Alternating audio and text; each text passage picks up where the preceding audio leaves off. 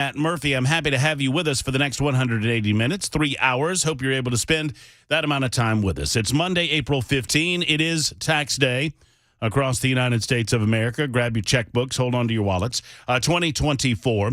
It is the middle of the month. It's payday for some. It's the middle of spring, which has me destroyed from an allergy perspective. I spent some time outside over the weekend, and my eyes, man, I want to gouge them out with a rusty spoon. But you know what?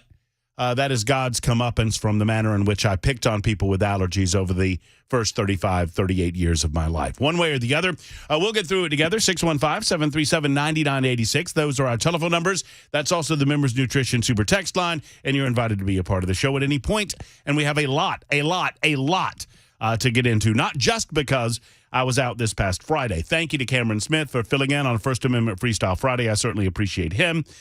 There will be some juggling of schedules over the next couple of weeks, in as much I think that I'm filling in for Brian Wilson on The Drive for a couple of days over the next couple of weeks, maybe even this week, if my memory serves me correctly, one way or the other. But I'm with you in the midday for the foreseeable future, at least until May, when my niece is graduating college, and I'll be attending that graduation. One way or the other. Hope your weekend went well. Hope your weekend went as good as Scotty Scheffler, who won the Masters. We won't speak much on that, although I do have one clip to play you. And as soon as I get the X machine, as I like to call it, up and running, I'll play you this clip, because I think it regalvanizes my belief that America is not as bad off as we think it is, and we need more of this type of activity on the public stage. If you heard some of Scheffler's comments after winning the Masters, I think it kind of resets where we ought to be as a society. Not where we are, but perhaps where we ought to be. Over the weekend, of course, as you well know, Iran used some of that money freed up by the Biden administration. Apparently, they spent it all on drone technology, and they went to Israel in an attempt to do what? Disrupt Israel's daily life, kill people, destroy Jews, destroy the country from the river to the sea. Palestine, it will be free. Whatever they were trying to do, they did not accomplish it, as Israel was certainly up to the task with the support and help of the United States military, not with the support and help of the commander-in-chief, Joe Biden, because Joe Biden caused all of this. Joe Biden, as much as they continue to, in 2024, we're in an election year where Joe Biden is asking for you and me and every other American to support him in his effort to get reelected as president of the United States of America. Now, you and I both know that Joe Biden wouldn't know his butt from a hole in the ground. He would not be able to find his hind end with a compass and a flashlight in 2 days' time. Hey, Joe, how you doing? Will you play that one more time? He doesn't even sound like that anymore. He cannot get through 4 or 5 sentences without 4 or 5 gaffes. He can't get through 4 or 5 words. All right, more on that coming up. More on Biden, Iran, Israel, and the conflict in the Middle East coming up. Obviously, we'll address the what the mainstream media, #NeverSeeItIn, they literally are suspending regular programming to do the Trump trial. We've got a possibility, at least, of a world war brewing and bubbling to the surface in the Middle East. We have FISA warrants that are currently being debated, voted on last week. In my absence, they did so. They knew I was gone. But there is a belief that we will have a revote today at some point, I believe. And I've not checked over the last hour. Maybe it's happened, maybe it hasn't. But there was a procedural maneuver by which those that actually believe in the Constitution of the United States of America were suggesting that maybe we should vote on this thing again. We do have Joe Biden buying votes as much as he possibly can in advance of the presidential elections. We have a flood of illegal immigration. We have inflation on the rise. We have a country whose government will not allow the business of America to continue to be business. In other words, they will not get out of the way and allow the economy to flourish. Business wants to do that. Business wants to allow this to trickle down. Sadly, inflationary rates are such that it will not do so. That's why you see the stock market high inflation remains high and we're not feeling it at the gasoline pump and certainly not feeling it at the grocery store. That's going on, of course. Energy crisis going on, of course. Ukraine, Russia, need I say. But for hashtag never CNN, friends, the most important thing ever, ever, ever in the history of ever is the fact that this time they might get Trump. Do we have a dun? We need, by the way, Bell K is behind the glass, making sure that everything that comes out of our speaker sounds as good as humanly possible. Thank you, Bell K, for doing so. He is capably running the radio show. He's also running the television side of things, as always. He chooses not to participate on the TV side of things in person, but he does make sure that everything is up and running, and he entitles the episode. Today is episode 552 of the Matt Murphy Radio Show, and on the television side, it is entitled... Matt Murphy wishes you a happy government steals your earnings day. Libertarian lunch, noon to 3. Let's eat.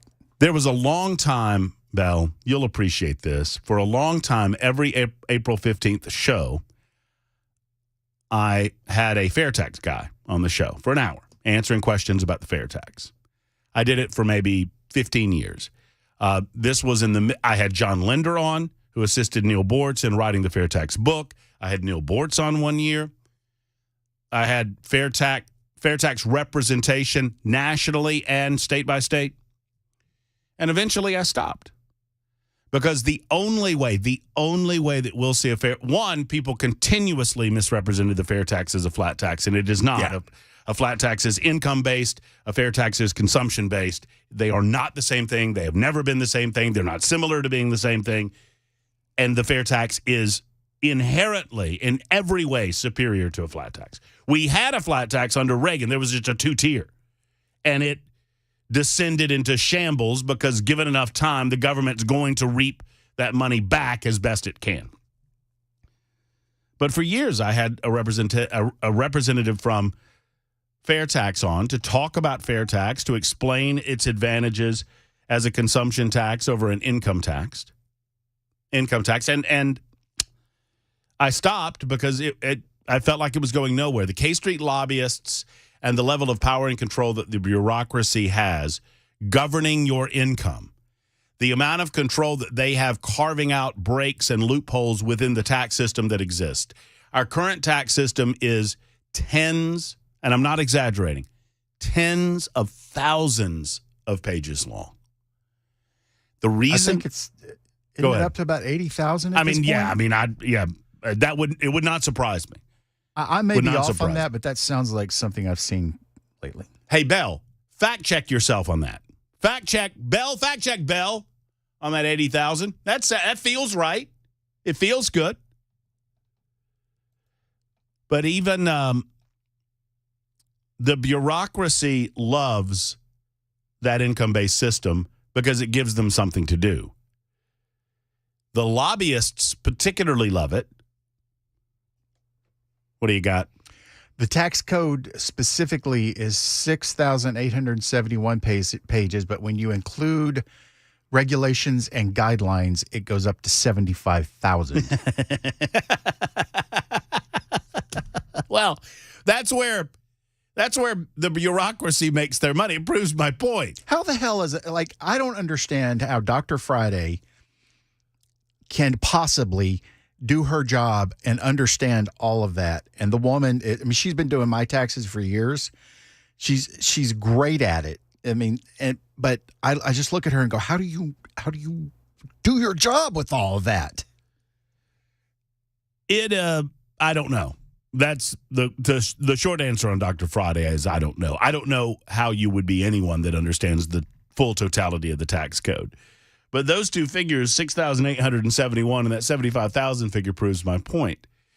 The 6,871 versus 75,000 demonstrates to you when the bureaucracy gets involved. I mean, the 6,871 is a byproduct of the income tax just being ridiculous and the federal government being ridiculous and rules and regulations and heretofores and whereases being ridiculous. Those are the lawyers that work for the lawmakers writing these pieces of legislation in that manner. The other and I'll just call it, I'll round it up, 70,000. The other 70,000 regulatory pages, that's the swamp. That's the bureaucracy at work with the lobbyists in order to carve out tax breaks from all of the business interest and the other interested parties. That's how they make their money. And the lobbyists do so to the benefit of the groups that they're lobbying for, and they do so by paying off lawmakers. Murphy, how dare you accuse... You're accusing lobbyists of pay? Yes, that's what they do. That's what they're in the business of doing. Understand that. No, they don't cut them a check. No, they don't hand them a sack full of money. They contribute to their political campaigns. And they get others to contribute to their political campaigns. They buy re-elections. Do you understand how much power the people would take back if we passed the fair tax? I understand the fair tax is an easily vilified system, and it takes a bit of explaining, and sadly, it takes a bit of intelligence on the other end of the conversation in order to get it. But it would be the single thing to take away. Let me put it a different way. If we passed the fair tax and repealed the 16th Amendment of the Constitution of the United States, that single event would take away more power concentrated in Washington, D.C., and bring it back to the states than anything else we could do in America. And I challenge you to give me an example of how I'm wrong. I specifically remember, I don't recall her name, but she was running for re-election in Atlanta, and her opponent was for the fair tax. And she specifically made commercials lying, saying that he was trying to pimp a 27% tax increase on everyone. Right. When the truth of the matter is that he was trying to use that 27% to be revenue neutral and to get rid of all these other taxes. But that's what politicians do. Oh, he's trying to raise your taxes 27%. No, he wasn't. They're allowed to lie with impunity. But yes, you're right. I mean, that's the way that it's easily vilified. And sadly, if you get a number of people involved, if you get voters involved that don't do their own homework or research or don't have the personal intelligence to understand this, then they are easily misled on the issue. But the fact of the matter is, if you eliminate income tax, Social Security taxes, all of these other taxes that you have, you eliminate sales tax on secondary purchases. I mean, the benefits, I don't know of anyone that hasn't looked into it that doesn't understand the benefits outside of, they simply just don't believe. The biggest objection to the fair tax that I've spoken to groups about it. I am probably as up on it as, the next guy. I'm a huge supporter of it. And on this tax day, I beg of you to reflect on the amount of money and the amount of work that you put into paying off the federal government, and ask yourself if you're getting that in return. Are you getting that benefit? Are you getting it in return? Look, if you feel like the federal government is bringing it back to you, then you tell me. I just don't believe you're getting a return on an investment with this federal government, especially considering the federal government is $34.5 trillion in debt, and I might need to check the world debt clock because we might be approaching $35 trillion now. But the fair tax, to Bell's point, is designed to be revenue neutral. It's not designed to raise additional revenue for the government, and it's not designed to eliminate revenue from the government. It's designed to act as a better way. It will be a more economically beneficial way. It is a better free market way to run a railroad because you are encouraging growth. By the way, businesses pay no taxes under the fair tax. By the way, businesses don't pay taxes anyway. They embed those taxes in the cost of services. And the idea of embedded taxation is crucial to understanding how it would benefit the end consumer with regard to the fair tax. Secondarily, all of these black market and under the covers and dead of night transactions, all of these under the radar, in the shadows business transactions, those all come out to light with fair tax. The seediest examples, gambling interest, drug money, all of these things that are illegal but generate tremendous amounts of money. We're not promoting those things. We're not saying that we want those things to exist, but they do exist, and they're currently not being taxed, and they would be taxed under the fair tax. I did not mean to get on a fair tax rant, but you get me started. I'll keep it going. I'm loving it. You get me started. 34,656 billion. Remember like a month and a half ago when it was just rolling over to 34 trillion? Yeah. It was it was like at the beginning of the year. What are we hitting now? Like a trillion every 100 days? It's slowed down a little bit post COVID. So it's like I think it's 2 trillion per year. So it's more like, every 150, 160 days. The second nation behind us is China with 14 trillion, but their GDP is 17 trillion a year, which means their debt is less than their GDP. Ours is 28 trillion a year, so the debt now exceeds the GDP. You could take all the money generated in a single year, just take it from people and apply it to the debt, and we would still have debt. All right, enough bad news. And we have other bad news to share with you from a state perspective. We got a lot to get into today. The Education Scholarship Fund, I'm sad to report to you, is dead unless you people demand that it not be. And liberals killed it. Liberals who are in the distinct minority, and by liberals I mean Phil Williams of News Channel 5. That's somewhat of a joke. Phil Williams is not exclusively responsible for killing it, but he is certainly interested in its death. We'll discuss that at some point in the proceedings today. But I want to start off with that we need more of this in our lives. Look, you guys know I love sports like the next guy. I'm not a sports show. I don't pretend to be. But I think we need more examples like this in our lives. Some of you may have watched the Masters yesterday. Some of you may not have. That's fine. This is not about the Masters. This is about character and faith and understanding that which is important and that which is not. I don't care what faith you are. I don't care if you're any faith at all. What a strong testimony. What a great example I'm about to share with you. By the way, Scotty Scheffler, who won the Masters yesterday, his wife is pregnant. His wife is named Meredith. She is pregnant enough where there was a possibility of her going into labor during the tournament. Scotty Scheffler, this is his first child. Scheffler said, if my wife goes into labor, I'm leaving the tournament and I'm going to be with my wife. The Masters, for those not understand, it is the most prestigious tournament in golf. It's the Super Bowl of golf. It's the Super Bowl of golf. And he said he would leave. Well, he's leading the tournament going into yesterday's final round, and he was asked while leading the tournament after 3 days, he's the leader. Oh, you still stand by that, Scotty? And he goes, absolutely. If I get the call that my wife's in labor, I'm leaving.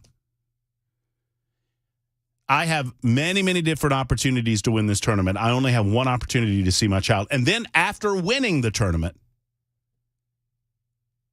he said this. Sitting around with my buddies this morning, I was a bit overwhelmed because I told him, I was like, I wish that I didn't want to win as badly as I did, or as badly as I do. I think it would make the mornings easier. But I love winning. I hate losing. I really do. And when you're here in the biggest moments, when I'm sitting there with the lead on Sunday, I really, really want to win badly. And my buddies told me this morning, my victory was secure on the cross. And that's a pretty special feeling. To know that I'm secure for forever, and it doesn't matter, whether or not I win this tournament or if I lose this tournament. My identity is secure for forever. That's a great testimony. I wish we had more of that in sports. I don't care what faith you are. I don't care if you're a Christian like Scotty Scheffler, you believe in Jesus Christ like Scotty Scheffler does. That's just a great perspective on life, and it's certainly a great testimony to his faith. Good for him. Win one for the good guys. 24 after the hour on Super Talk.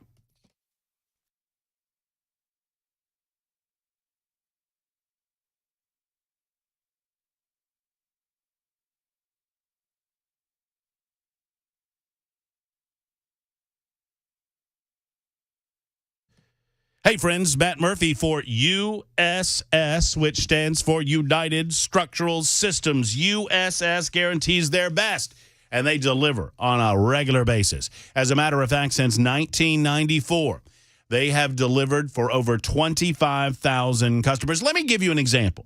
A recent 5-star review that speaks to the Polylift concrete lifting service. And it's a great time to start thinking about that, considering outdoors. We're spending a much more times outdoors. Let me just read from Brad's post. We had 2 sidewalks that collapsed on our campus, created a trip hazard and an ADA issue. Place to call the USS to get a quote on their concrete poly lifting service. Process was quick, communication excellent. From the first call until the day of completion, Evan came out and completed our work. Our sidewalk is now within compliance, and the trip hazard has been eliminated. They saved us thousands of dollars over having to replace 2 panels of the sidewalk. Also, when they left, the worksite was neat and clean. No evidence that they had been there. As a director of facilities, USS is a partner you need on your contact list. I cannot recommend them enough. That's from Brad in Nashville. Good on you, Brad. And you could be the next satisfied customer at USS. Call USSTN or go to USSTN.com. That's USSTN.com or call today, 615-488-7855. 488-7855 for USS.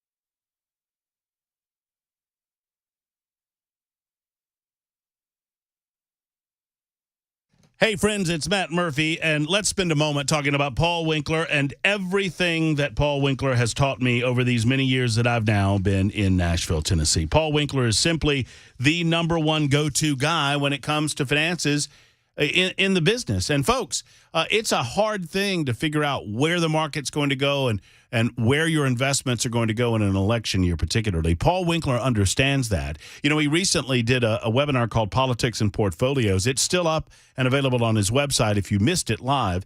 He was talking about what the market will do this year. Some say markets typically outperform during election years. Others will tell you we're headed for a recession and things are about to tank. The problem is with so much advice, you don't know who to trust. I do. I trust Paul Winkler not only as a spokesperson, and I certainly get paid as a spokesperson to talk about Paul Winkler and everything he offers Middle Tennessee, but I'm also a client. I don't get paid to be a client, and I am a client because I believe in the way Paul does his business. Go to paulwinkler.com to find out more. He will help you understand and educate you on every single thing he does. He has 10 offices to serve you in Middle Tennessee and beyond, and it is simply a priority, or at least it should be, that you head on over to paulwinkler.com. Go to paulwinkler.com to find out more information, and be sure to tell him I sent you to one of his 10 locations around Middle Tennessee. It's Paul Winkler.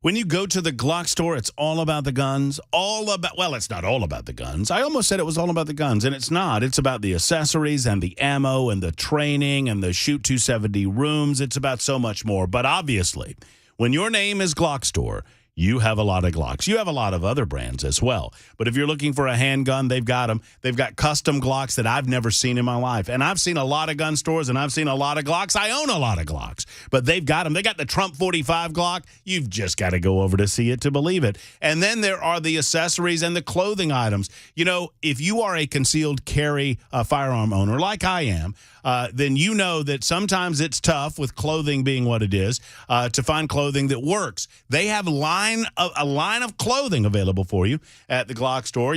Literally concealed carry underpants. I'm not making that up. Concealed carry underpants right there at the Glock store until they sell out. Shoot270.com is the place to go and sign up for training or for the Shoot 270 room, or Glockstore.com to find out all of these options before you head on out to Elm Hill Pike on the Airlane Drive off of Elm Hill Pike. That's the address, Airlane Drive.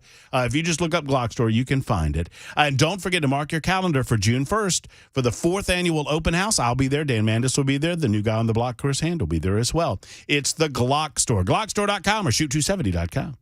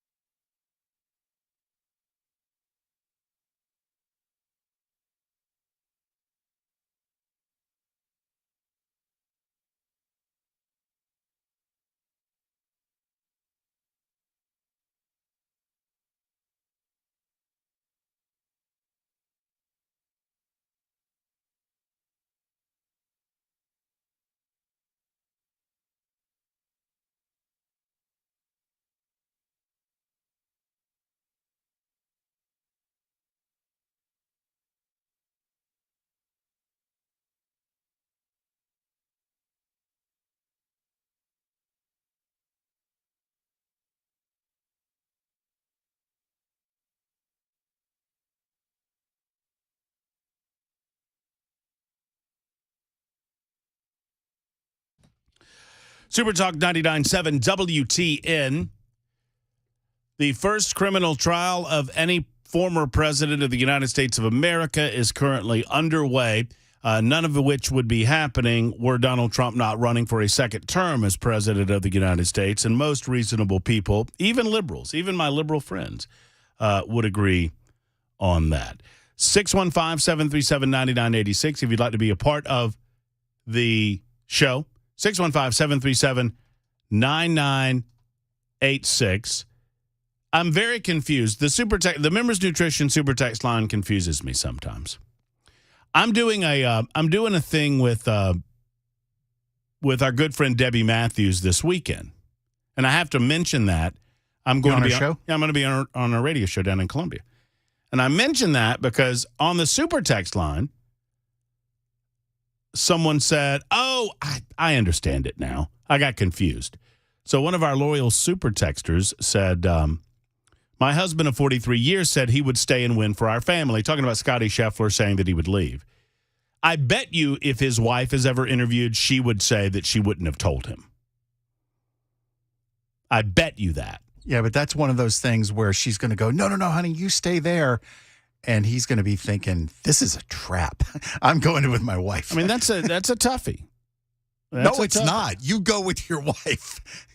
Well, what if she genuinely wants you to stay there? You go with your wife. Okay. Well, I mean, I don't. I mean, it is impossible to be accused of doing the wrong thing when you go to be with your wife. That's true. What if it's your second or third? Okay, now we're starting. Different. That's a little different. Okay, all right. I think so too. I think if it's your first kid, it is a 100% no-brainer. No-brainer. If it's your second or your third, it becomes a little bit different.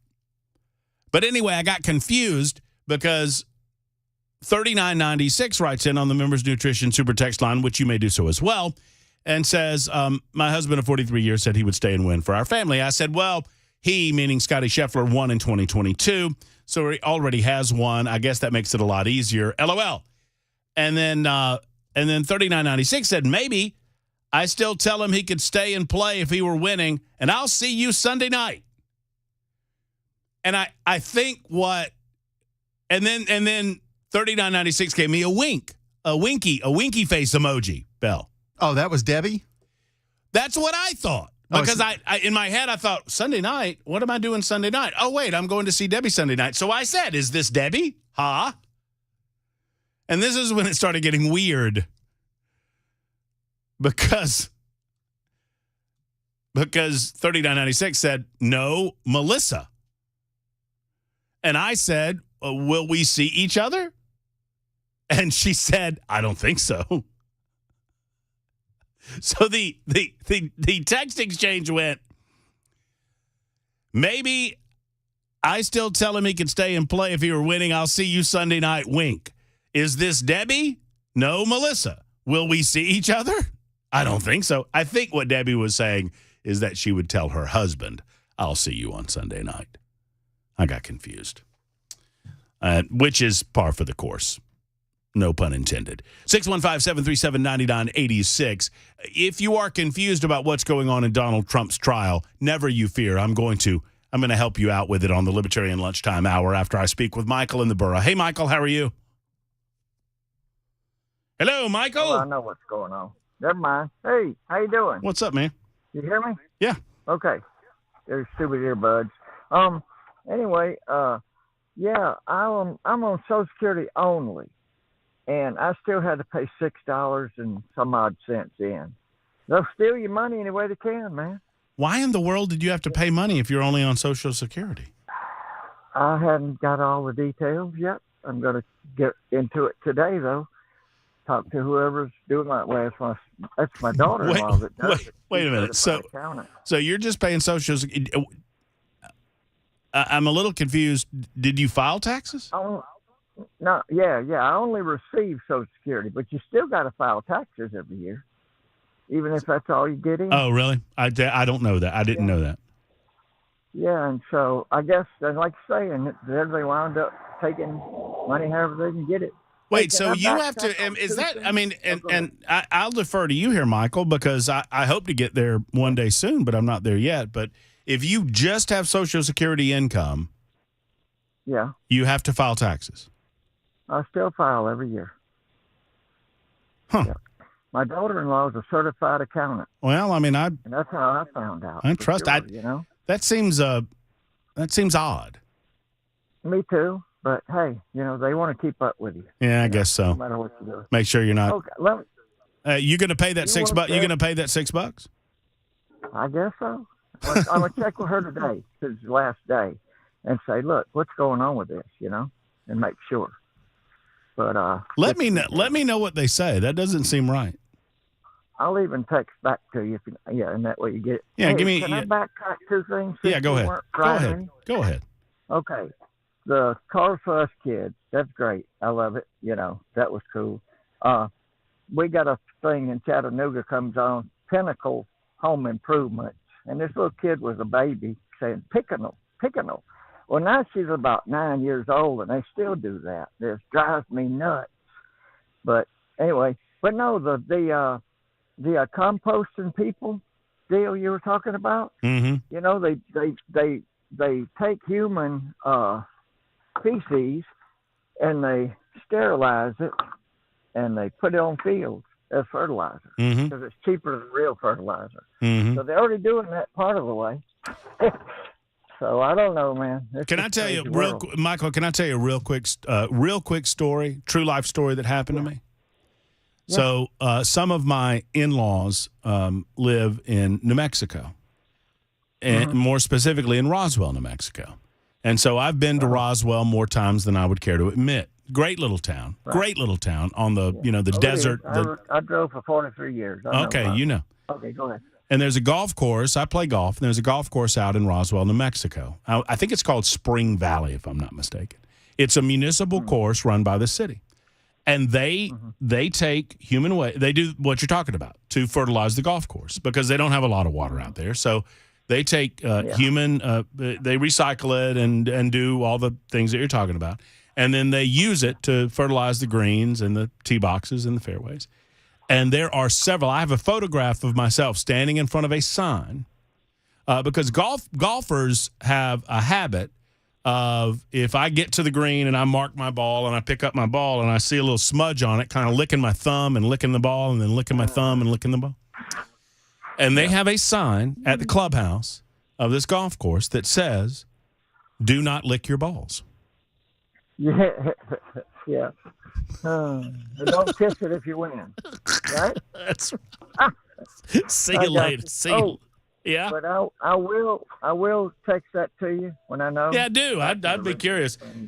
I'm getting I don't know, but I'm getting conflicting reports on the super text line as a result of Michael's comment. Some are saying 5245 or pardon me, 5254 says you do not have to file a tax return if your only income is Social Security. I've heard that all of my life. You do not there's another one 2034 taxing $15,000 to $20,000 a year seniors. Gene says, not true. My parents don't file. His brother-in-law probably charges him. Can I say something about this? When Social Security is taken out of your check, it is taken out in the form of a tax. There's no option. They're going to take it, and you're going to shut up and enjoy it. Correct. Then when they take this tax from you and give it back to you, they tax the tax that they took from you again.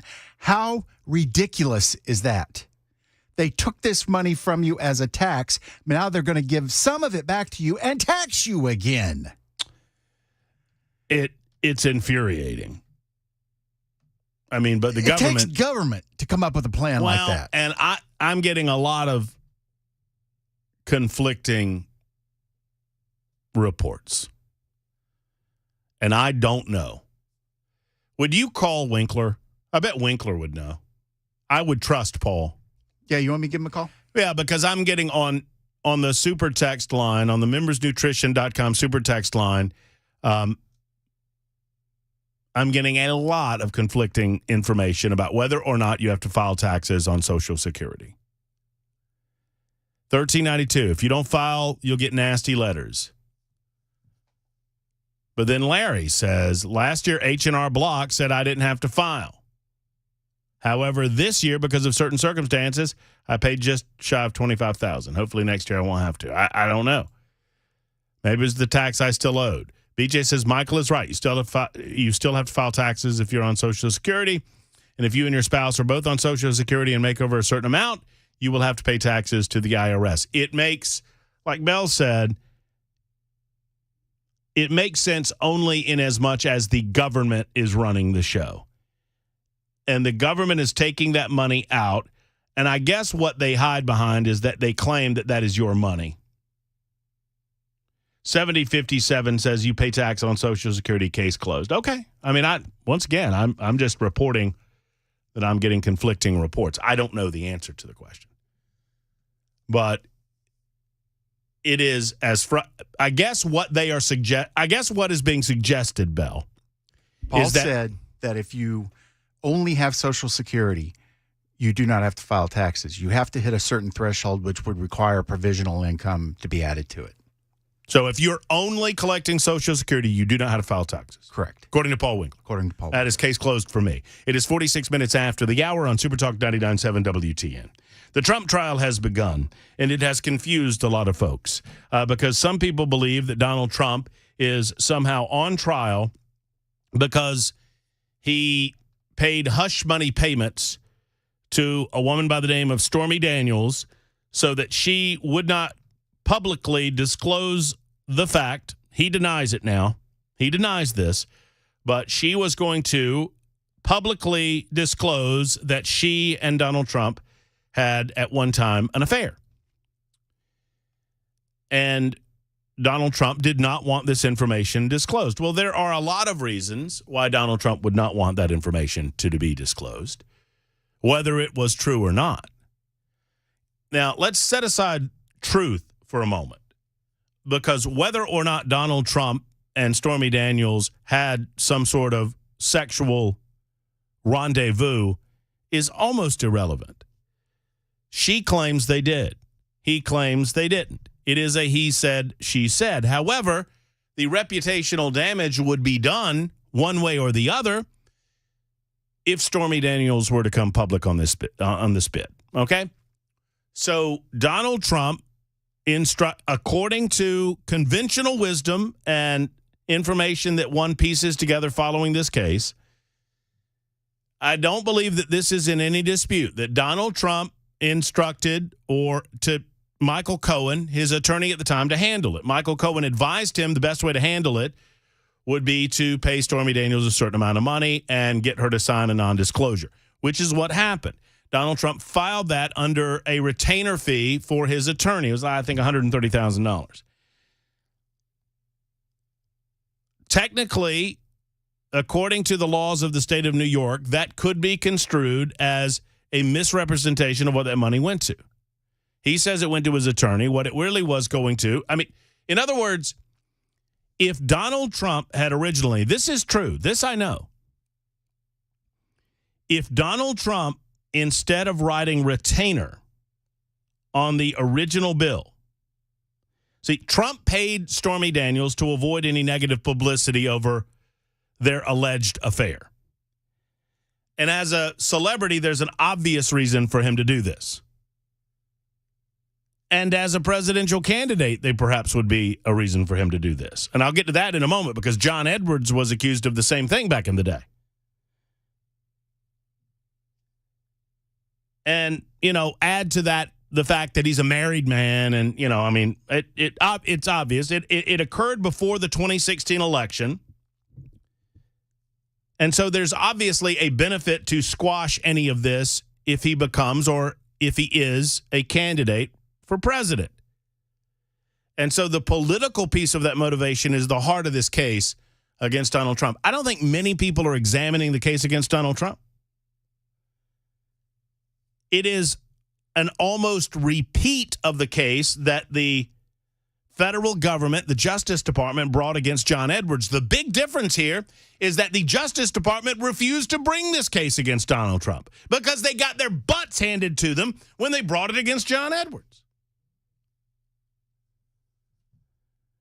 The Justice Department used the same theories then that they're using, that the state of New York is using now. Only the huge difference here, and what makes this case unprecedented, is not the fact that it's the first time that a former president is on trial for criminal charges, although that is unprecedented in its nature. It's how they had to bend over backwards to bring a case that nobody, and I would argue if we had the ability to get inside of the mind of DA Alvin Bragg, even he himself knows that he has 0.0 chance of winning this case. Not on appeal. Not on appeal. But that's not what this is about now, is it? This isn't about appeal. This is about right now. This case is not about justice. It's about an election. This case is not about appropriate administration of justice, no matter who the individual is. This has never been done before, ever, in the history of ever. Both Alvin Bragg as DA and the United States Justice Department initially declined to bring any of these charges.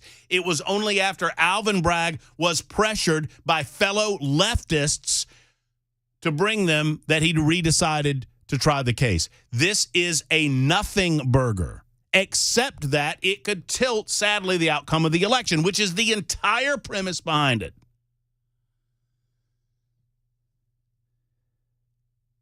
Donald Trump could have, and I would imagine at this point feels like he should have, literally written down hush money on his filing, and these charges would never have been brought. You should have written porn star payment on there. And if he had done that, none of this would be happening. But instead he wrote down retain, or one of his people did. So we'll dive into this for what it's worth, because here's the thing. It's going nowhere from a criminal perspective, but it will matter, sadly, because 20% of the general population don't pay attention to these things, and it gives liberals the ability to use this against Trump. They will most likely secure a conviction in the court trial, unless one or two members of the jury decide to stand up and say, no, I'm not going to be a part of this. More on that in a moment. It's 12:52, Libertarian Lunch ongoing on Super Talk 99.7 WTN.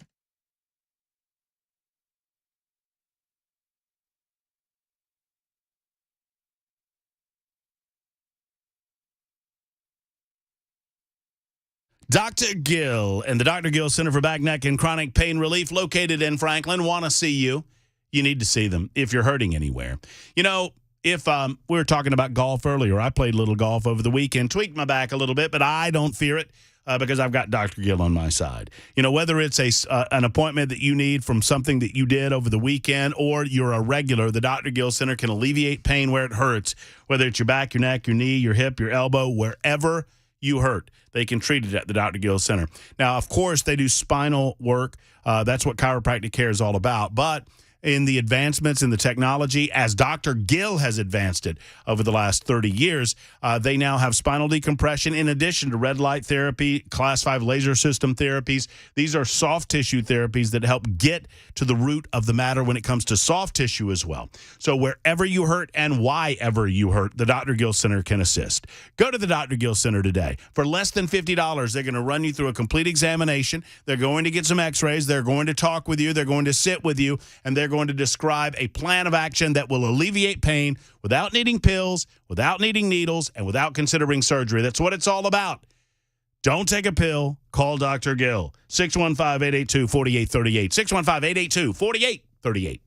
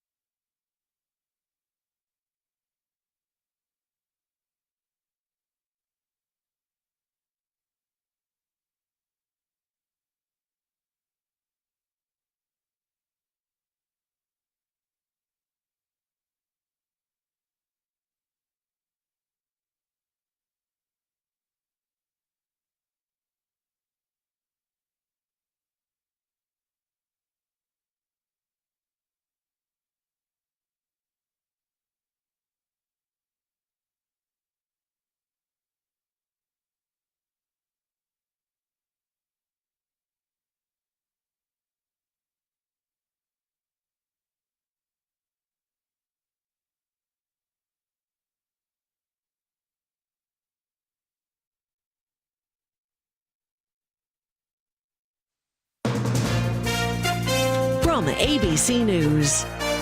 I'm Daria Albinger. For the second day, Israel's war cabinets met to discuss responses to the more than 300 missiles and drones that were launched by Iran over the weekend.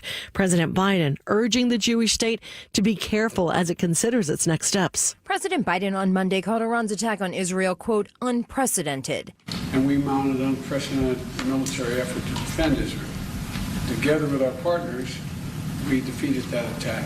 The president reiterated the U.S. commitment to Israel's security and to a ceasefire that would bring hostages home and prevent the conflict from, quote, spreading beyond what it already has. Karen Travers, ABC News, the White House. Donald Trump walked into a New York courthouse today, the first former president in the United States to go on trial in a criminal case. He told reporters that he considers the trial an assault on America, but says he's prepared to defend himself. I'm very honored to be here. Thank you very much. And while there's no sign so far that the judge could consider a change of venue as a defense would like, there was a small victory for the defense. The judge ruled prosecutors cannot play that infamous Access Hollywood tape or his video deposition from the E. Jean Carroll defamation case. What I think we're going to hear a lot of when reporting comes out of what was argued in this court is you're going to hear this phrase a lot saying more prejudicial than probative. And that's probably the reason why the tape was denied. It's too prejudicial for you to hear the former president's own words saying you can just come up on them and grab them by this. And the judge would say, well, what is this really probative of? What are we learning from this other than making Donald Trump look like a bad guy, which in many ways is what the prosecutor wants to kind of convince the jury. ABC's legal contributor Brian Buckmeyer. It's April 15th, which means it's time to file your income taxes. The deadline is midnight tonight, whether you e-file or use a paper return, except in Maine or Massachusetts, because those states have until Wednesday the 17th, since it is Patriots' Day today. That's a state holiday. Just before the hour, the Dow was down 160 points. You're listening to ABC News.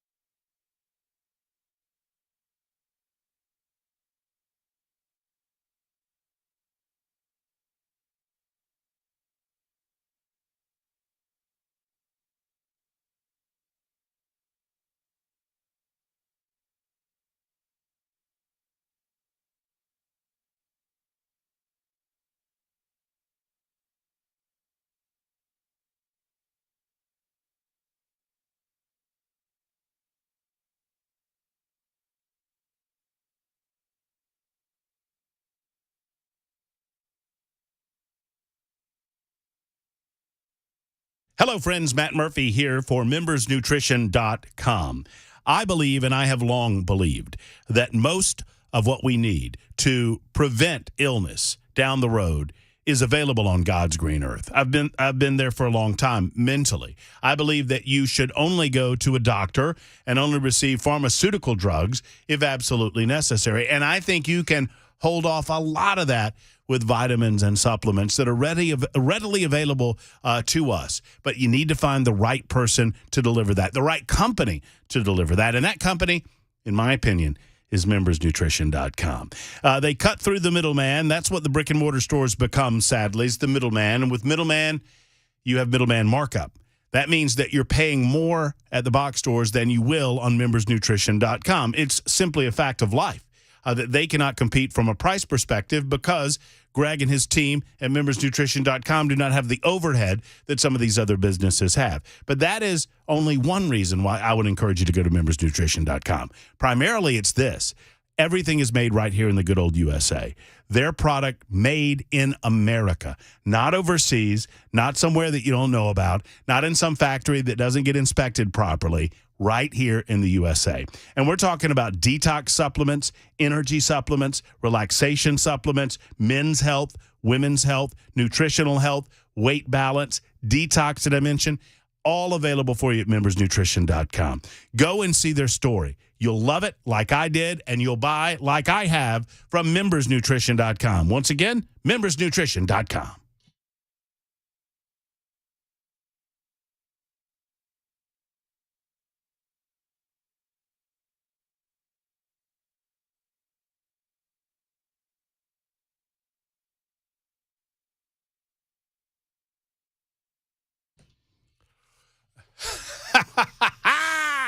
Hello, friends. It's the Matt Murphy Show. I'm excited on this Monday. It's hour number 2, 106. Thank you for being here. Hope you're feeling well. What a gorgeous day outside. One of those days I want to go do the show from the roof or the parking lot or anywhere not named the studio. I'm sitting here nodding my head like an idiot, like I'm going to get to go out there with me. Oh, Mason's still here. We could put him on the board. We can head out into the parking lot. Okay, let's do that. Do a little sunning.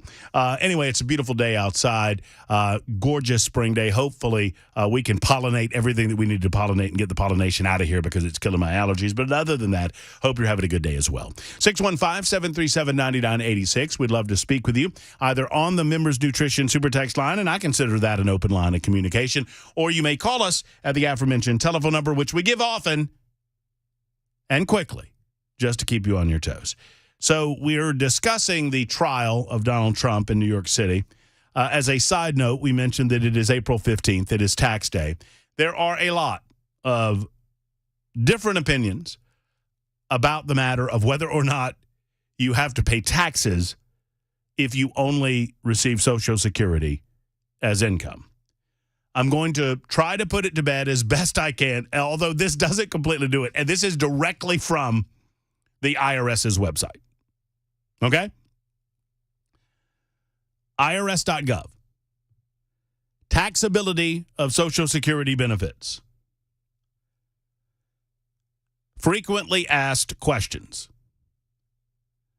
Do I have to file a tax return if I only receive Social Security? Here's the answer from the Internal Revenue Service, the definitive resource for this information. Would you not say so? Well, yeah, but it's also government, so I don't know if I would trust it. You're gonna love this. You're gonna love this. I want you to point out the word that makes me itchy. Okay, in my nether regions. This will be fun. If Social Security benefits were your only income, your benefits are not taxable, and you probably do not need... Probably. There it is. Probably. Probably. I couldn't get it. What are you doing, Social Security? What are you doing, IRS? I ask you a direct question. Probably.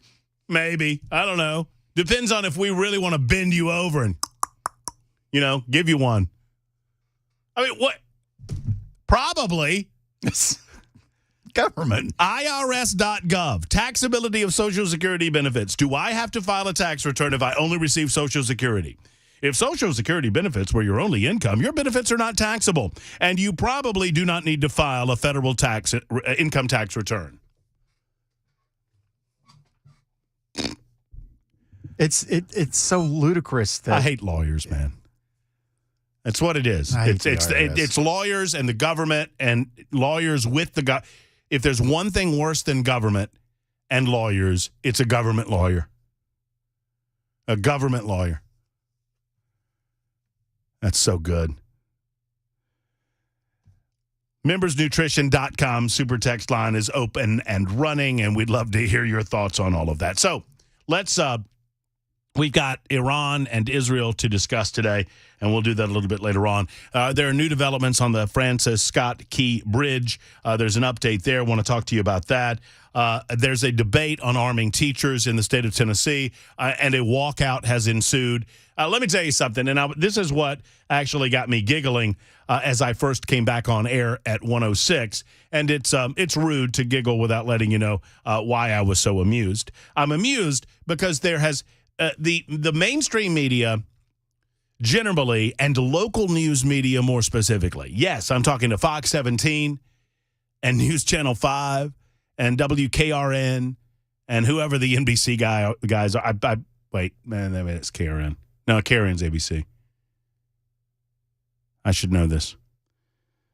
Anyway, doesn't matter. Local news media. Who's the NBC affiliate? Who's our partner? WSMV. WSMV. I can remember all of them but our own weather partner, which is odd. WSMV. Local news absolutely loves a good student walkout.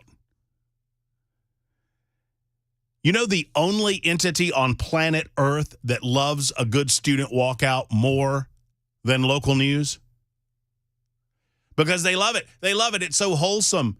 Oh, the children are speaking. We're listening to the voices of the innocent children as they speak truth to the grown-ups, the local news will say. Listen to these youngsters as they tried to get the adults to do the right thing, the local news media will say. Local news loves a good walkout. Every place I've ever been on my journey to Nashville, whether it's Augusta, Georgia, Montgomery, Alabama, Birmingham, Alabama, I was briefly in combination with Birmingham and Huntsville, and then on up 65 to Nashville, Tennessee. Over all those many years, every community I've stopped in, they have at one time or another covered a good student walkout. The children are speaking. Listen to them. One, these kids wouldn't be able to find their butts with a flashlight. They are the smartest human beings on planet Earth, except, oh yeah, they're not. Number two, the only entity that loves a student walkout better than the news media to give them something to talk about are the students, because that becomes a free day. Now, I don't pretend that some of these students aren't serious about what they're doing, but I would suggest to you most of them have no idea what they're talking about. I remember when I was 17 years old or 16 years old, I was brilliant. And all of these old people didn't know what the hell they were talking about. I was the smartest human being on planet. If you think I think I'm smart now, and I do, you should have seen me when I was 16. All of you 35 and 40 and 50-year-olds, man, oh, man, what a bunch of idiots you are. Giving your grandfather a good laugh, huh? Oh, man, oh, man. I wish that I had $5 for every time my grandpa looked at me and go, you'll figure it out. And I thought he meant like then, and now I know he did not mean right then. You know, I'm blah, blah, blah, blah about something or another, blah, blah, blah, blah about something or another. You'll figure it out. And I did. So, yes, apparently students at Hume Fogg High School, isn't that a magnet school downtown? Yes. Hume Fogg High School in Nashville have participated in a walkout for change to protest teachers being armed in schools. Let's discuss.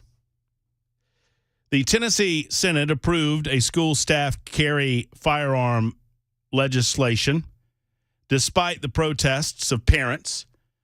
Parents last week, as we talked about last week on this show, were forced out of the Senate chamber as Tennessee lawmakers passed the bill. Well, they forced themselves out of the chamber because they would not comport with the rules of the body. There are rules of decorum. You can't sit in the gallery. Nobody in the history of America has been able to sit in any gallery in any legislature in the United States of America, Congress or otherwise, and just been able to scream and yell and act the fool. That's not how any of this works. Why do people think that's how it works? Just because it's an issue that they really, really, really, really, really believe in one way or the other. I don't even care where you are on it. I'm just amazed at how many people, they threw the parents out. They threw Covenant parents out of the galleries. Everyone is sensitive to what the Covenant School has gone through. Every rational, reasonable, sane human being has feelings for what the Covenant School has gone through, especially those parents with kids in the classroom, and especially still those parents who lost loved ones or those family members who lost loved ones. But that doesn't mean that they have any special ability to determine whether this would be good or bad legislation.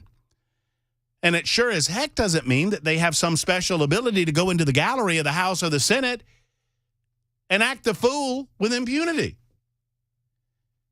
You act like that, you get booted.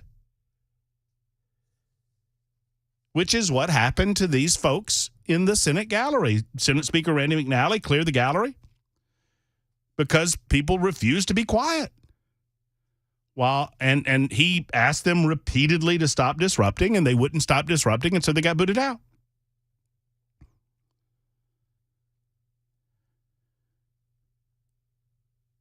Some of the people who were booted were Covenant parents who saw, obviously, very up close and personal, the impact of a school shooter, as we all did.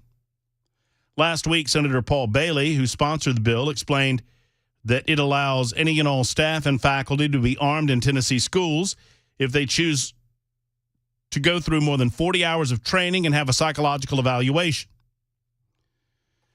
The bill is totally permissive. If a school district and a local sheriff's department do not want to implement the policy, they don't have to, said Senator Bailey. He then emphasized the bill will help rural communities who do not have the money for SROs. Senator Heidi Campbell, good friend of our show. We love Heidi. We love having her on until we don't. I think. I'm sorry. I mean, I don't mind Heidi. I was just done with her. I still get grief for that. But you're not explaining it fully to the people who may not know. You felt like she was lying to you. I told her that. About a bill right. that had a placeholder filed but had no text written for it. Right. It's called a capture bill. Yeah. Right. So you got upset and told her she could leave. Uh-huh. And she took you up on the offer. No. Let's not skip this. Let's not skip this part. This is crucial, I think, to the understanding of the story. I told her she was being a hypocrite because she did not want to make available to the rest of the citizens of the state of Tennessee that which has been available to her, which is the ability to remove their children from a failing public education and put them in a private education, which is what Heidi has chosen to do with her children. Right. Heidi attended private school. Heidi never once attended a public school in her life, and her children attend a private school. So she doesn't have, in my opinion, any idea what she's talking about when it comes to public education and some of the failures. And she chooses to be blind to that. Secondarily, so that makes her a hypocrite, in my opinion. Secondarily, she kept saying that she had read the bill, and I knew it was a capture bill. And if you don't know what that means they put a placeholder on the bill. It's not going to be the final bill, and everybody knows it. It's called a capture bill. And she kept saying, well, I've read the bill. I said, you're lying. And that happens regularly. That's not a weird thing. Every year. And she said, and I remember this, she said, I'm not going to sit here and be called a liar. And I said, well, then you need to leave.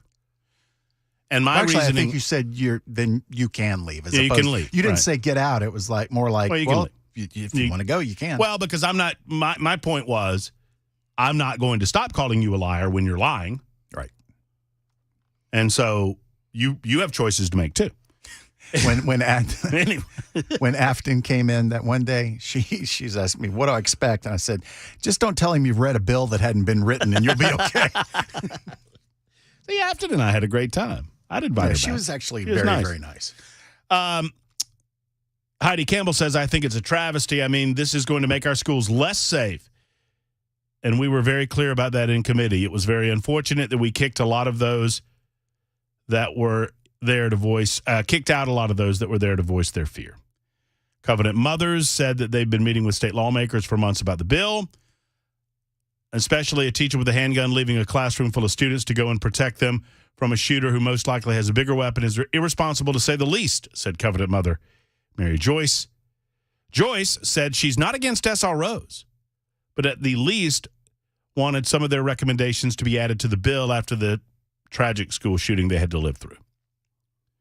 The bill passed the Senate last week, and it is being brought up this week in the House of Representatives. So, as a result of that, students have decided to walk out of class saying that this will make our schools less safe. Tell me how that is. Tell me how that is. I do this a lot, and I try to, I think if you examine an issue, if you want to fully understand your position on the issue, and I would encourage you to do it this way too, especially when it comes to things that are very controversial, if you want to try to really dig down and understand where you are on it, understand where the other side is, put yourself in their position. Put yourself in the position of being anti-gun. It's hard to do it, but do that so that you can try to understand. And for this, I do not understand why you would not want protection within the system, trained protection within the system. Except I think I can get down to it. For not years, decades, liberals have been working on American youth. And they have been psychologically infecting them regarding the Second Amendment. I'll tell you what I mean in a moment. It's very important to understand how liberals think about guns and how they're trying to infect your children and your grandchildren with this same thought narrative. And they've been very effective at it. We'll discuss coming up next. It's 121, almost 122 on Super Talk 99.7 WTN.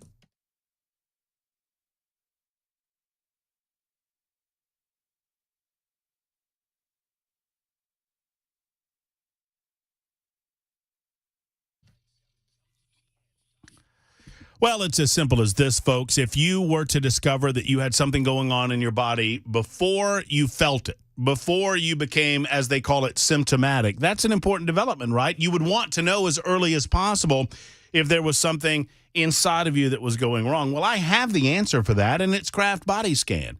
Spell Craft with a C and go to craftbodyscan.com. That's craftbodyscan.com, and I think you'll agree. Their CT scan technology is incredible. I was amazed when I walked through the doors. One, the facility is just absolutely gorgeous. It's right in downtown Nashville. You'll get a private health consultation where you'll learn about Kraft and they'll learn a little bit about you. Then when it comes time to be scanned, you're scanned right there on site. You don't have to take your clothes off.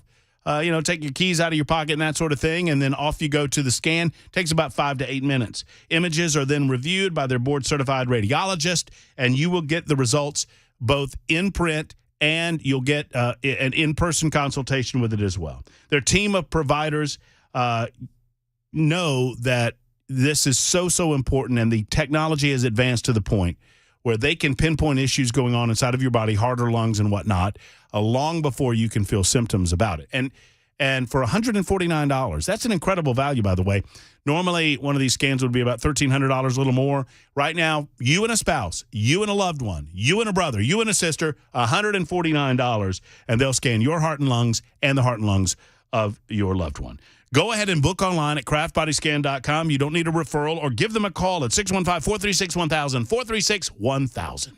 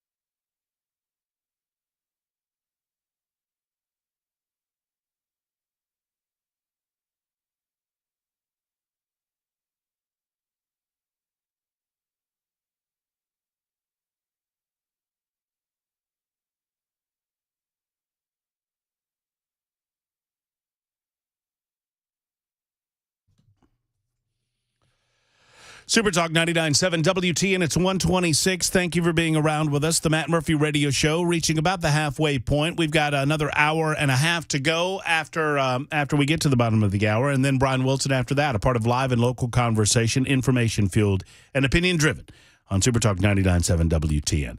I think that I mistakenly said capture, and I don't know why. I don't know why that came out of my mouth. It's a caption bill, and I thank you to 4891 for pointing this out.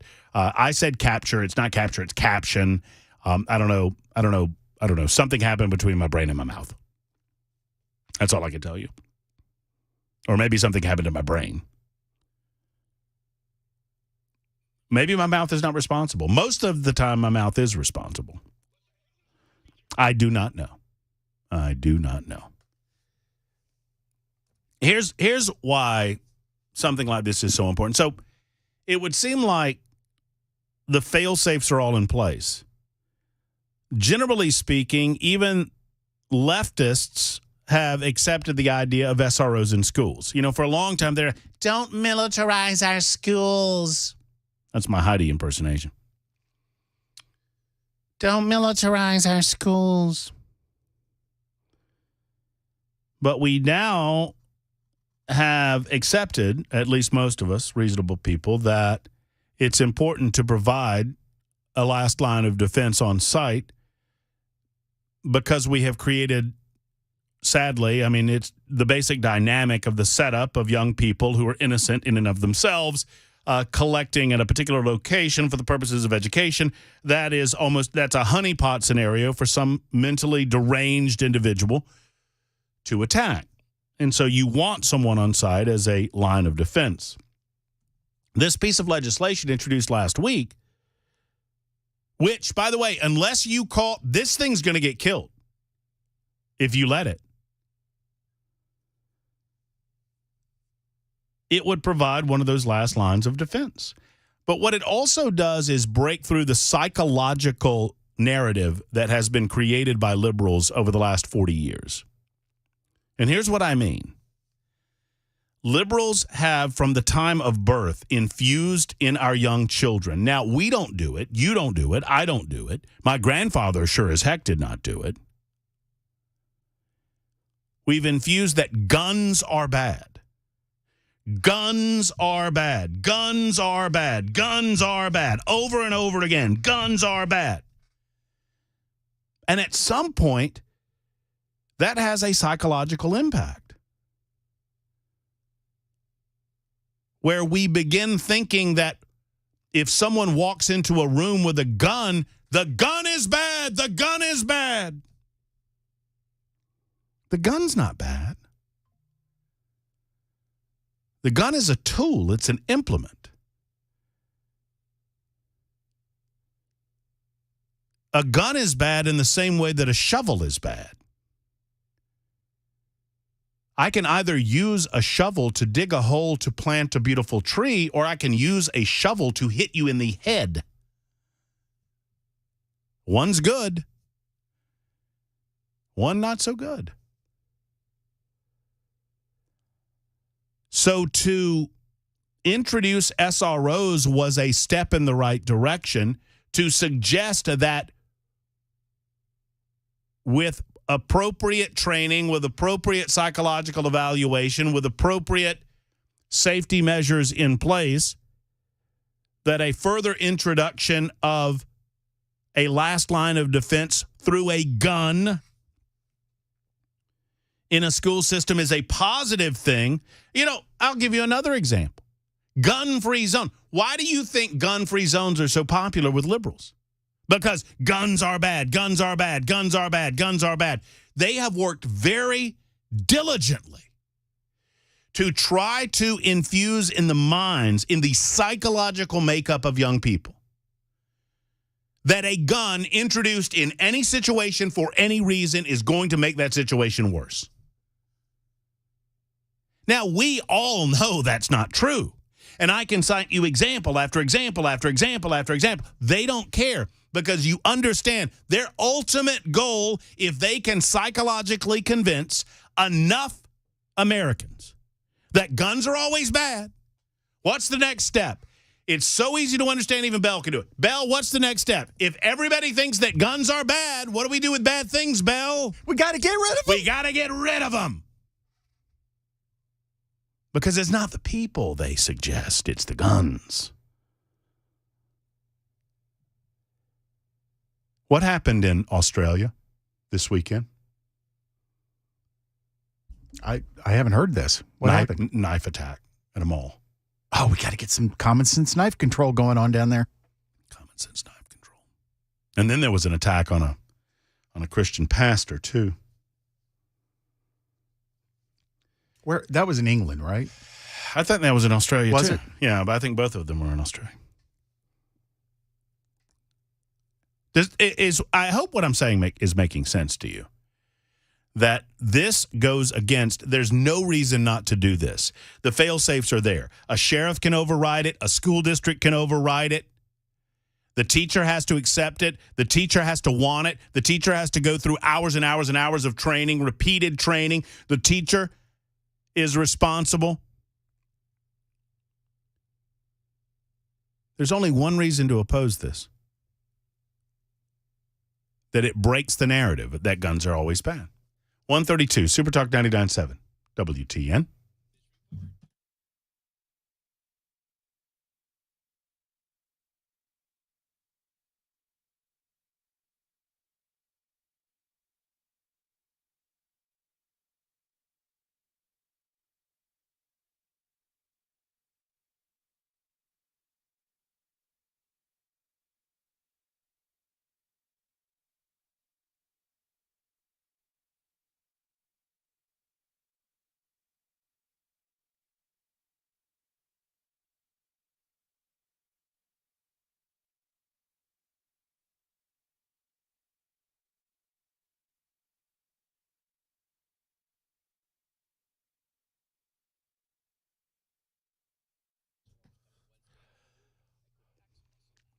Friends, the Tennessee Men's Clinic wants to see you. Gentlemen. And ladies, you listen up too, because you might have a man in your life that fits this description. So if you have lost energy over the years, if you just don't feel as excited about, doing things out of doors perhaps, or working in the yard, or going to the gym, and maybe this has in some way manifested itself to the bedroom. Well, I understand that that's a sensitive topic, and I understand most men run away from the radio when they hear about this. But, guys, it's important that you understand there's a simple way to make this happen. And that is to call the Tennessee Men's Clinic. Allow their qualified urologist to talk with you, to sit down with you, to give you a complete examination, and they will get you fixed up right as rain. Maybe it's something as simple as a T-level. Maybe it's something a little different than that. Whatever it might be, they're going to be able to help you at the Tennessee Men's Clinic. I put my money on it. I know that they've helped so many people around this community, and they can help you. 2 locations to serve you. One's in Midtown, been there for a while. The other, Cool Springs, been there for just over a year. For the last decade plus, Evan Bass and the team at Tennessee Men's Clinic, they've assisted men just like you. Don't wait, men. Make the call. Go to the online website at TennesseeMen'sClinic.com and then make a call that so many others have made. 615-208-9090. 208-9090.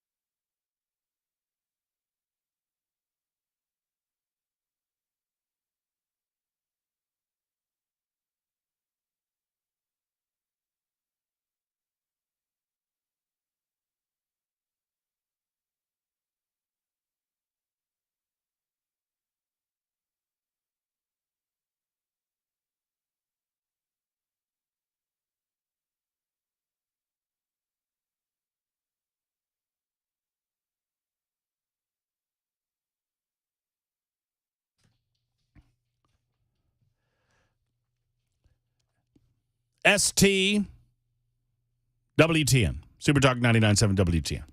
Hello. Matt Murphy and you. I don't know if this is what's getting me in such a good mood. I just need to pull back the curtain a little bit and tell you. By the way, it's 1:37. Thank you for being with us. We'll get to your calls and your super text on the membersnutrition.com super text line in just a moment. 615-737-9986. Bell, is your monitor on #NeverCNN? I mean, I know I tell you not to watch. I'll do it so you don't have to, but.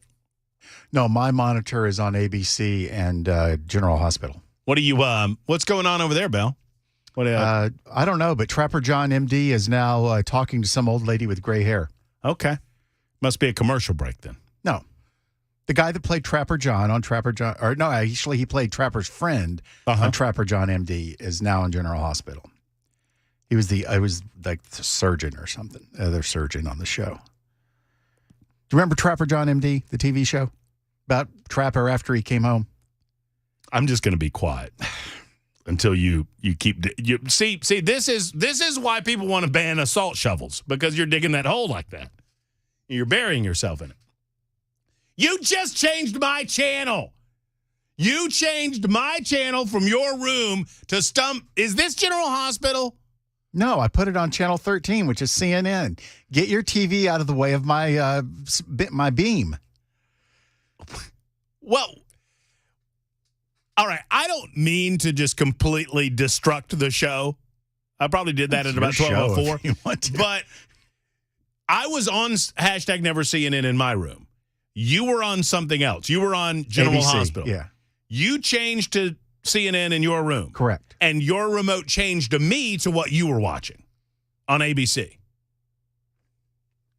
That's what I'm saying. That's weird. Now you just changed it to ESPN. There we go, buddy. Third time's the charm. Trump hush money trial. That gets us back on track. I am so amused at watching these people treat this thing like it is anything and everything. And there's a reason why they're doing that, and I'll get into it a little bit in the 2 o'clock hour, or maybe before. There's a reason why they're doing this, because they don't have anything else. It helps them avoid the absolute and complete failure of the Biden administration. It secondarily helps them avoid the support that Donald Trump is enjoying across the country based on his political position on issues. Issues like even abortion. Even abortion. Donald Trump is enjoying support. Obviously on energy, obviously on foreign policy entanglements, obviously on foreign war entanglements, and obviously on the southern border. And the economy, come on. Joe Biden has been a failure by every metric. Tell me his success. I challenge you, liberals. And the only option that the #NeverCNNs of the world have is to go all in on Trump is evil, which they've been doing since 2016, since he secured the nomination. They treated him like a boob at first. In the meantime, there is some breaking news going on this afternoon that actually matters. Apparently, there is a protest. Get Mac Morey back in the newsroom on top of this, and maybe he can give us an update as to what's going on. I'm looking at a protest where protesters are blocking the Golden Gate Bridge. Now, I know I've got the student walkout here in Nashville where the students are walking out protesting the possibility of arming teachers or staff members with guns.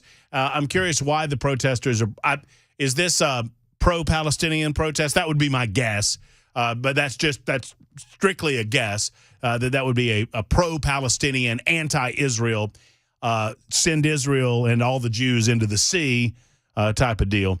But we'll check that. We'll put some eyeballs on it, and we'll figure it out. In the meantime, it's Lindsay's turn in Pleasant Acres.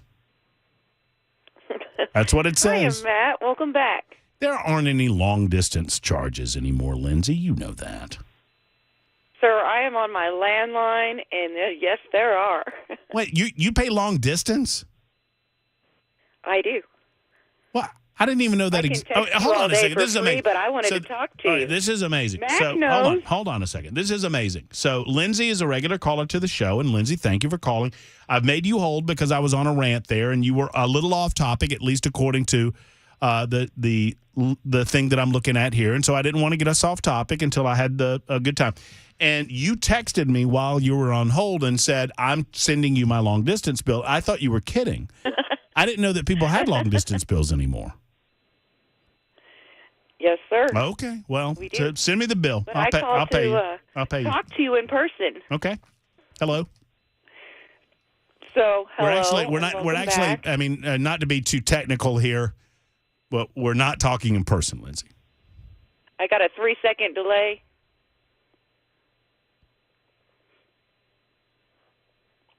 I just wanted to see what that would do to you. Uh-oh. You freaked me out. That worked. I hope you got your filthy little fingers black in Tunica on Friday. Shame on you. That worked. You've got to keep some wet wipes and wash up after you throw all those dice. I bet you did. Uh-huh. Did you get anything? Yeah, well, I didn't catch anything, if that's what you're asking. Oh, that's terrible. Maybe you have a Well, hold on, Lindsay. Maybe you have a 3-second delay because you're calling me from 1994 where there are still long distance charges. That could be the whole plot behind it. Tell Bill Clinton I said hello. What are you calling about? I just called to say welcome back and that I could kill you right now with my crochet needles, so maybe they should ban those. Whoa. Instead, I'm making a blanket for Mac Maury and Hannah for their wedding. What are we going to ban next? And I also wanted to say nice shirt.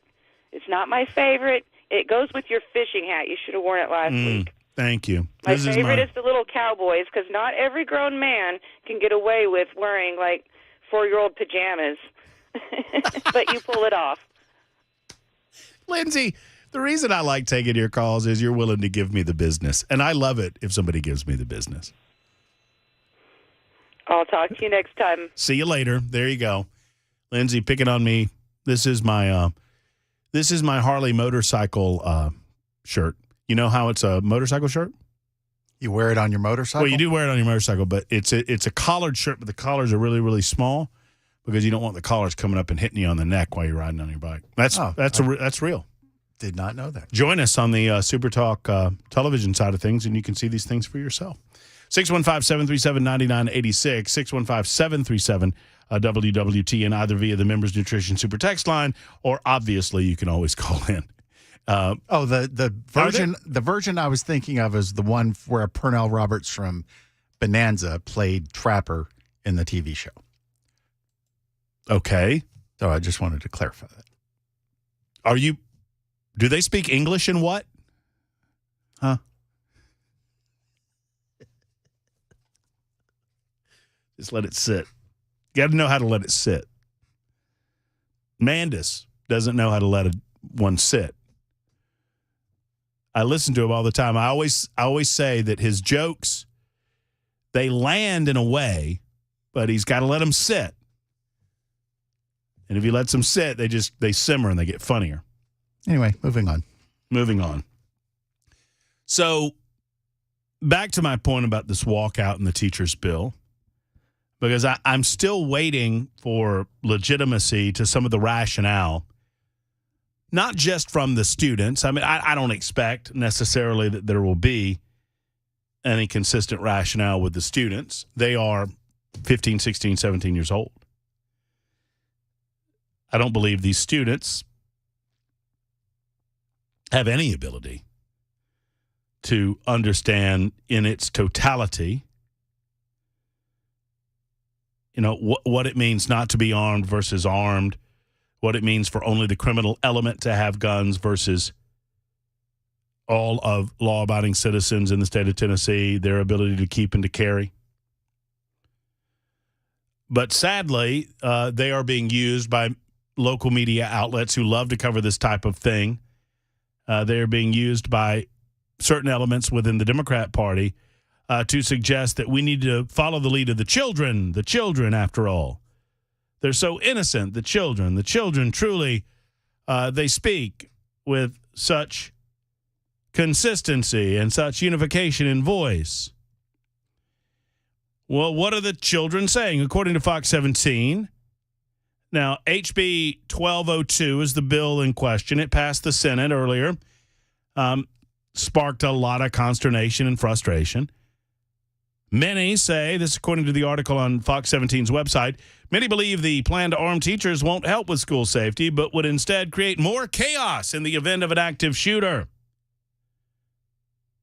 Melissa Alexander, mother of a Covenant student who survived the massacre, said, on March 27, 2023, our teachers became heroes.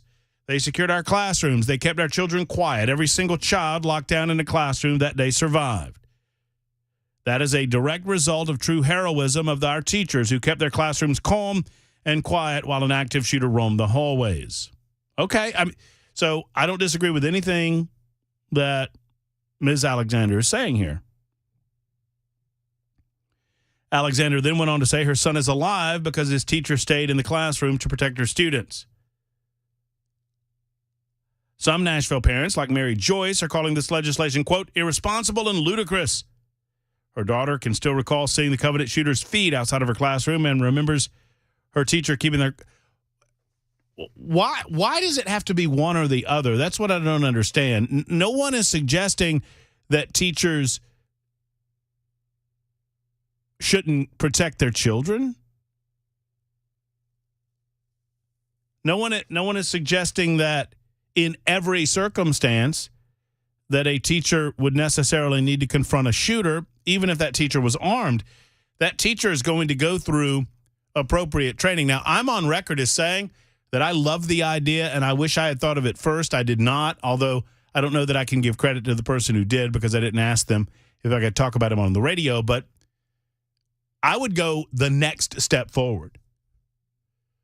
And I would say, okay, we have plenty of ex-military, ex-police officers, or we have plenty of people that are willing to go through the police academy. Send them through the police academy. Make them walk them through everything that a police officer would go through in terms of training, and then put them in uniform. Make them a member of the police, a teaching member of the police force, and give them 25% additional salary. So you're taking the SRO and the teacher, you're putting them together, creating one person and putting them in the classroom. So now your history teacher is also a cop. What's wrong with that? What is wrong with that? That way you don't have the possibility of a student discovering a gun, learning that a teacher is armed, and somehow disarming that teacher in a sneaky way. In the meantime, I'm desperate to figure out reasons why this bill would specifically make our students less safe. On the whole. And Kathy writes in, and she's exactly right. These folks are like, these teachers, they stayed in the classroom. They kept their students quiet. What would have happened? God forbid, I hate to even contemplate it, but Kathy, you inspire me on this point. What happens if instead of just kind of shooting into the rooms randomly and then walking away, the shooter at Covenant School had decided to create a concentrated effort to get into one classroom? What happens then? Would it not be better if the assailant, if the suspect, the scumbag gets into the classroom that the teacher be armed? Or, well, we just get what we get at that point.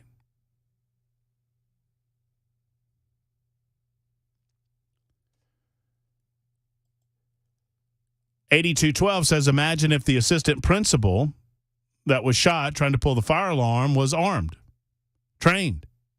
There may have been none murdered. She's speaking in hypotheticals, and that's exactly right. Liberals speak in hypotheticals, and the media doesn't press them on it. If a conservative tries to speak in a hypothetical in a way to understand or help others understand why introducing a gun in a situation is not always a bad situation. And once again, it goes back to the psychological narrative that they have created for themselves. Guns are always bad. In these people's minds, guns are always bad. They don't understand them. They don't want to understand them. They think the Second Amendment covers hunting and shooting sports. They have no idea what they're talking about when it comes to guns. 152. More of your calls coming up. Don, Joanne, Eric. It's Super Talk 99.7 WTN.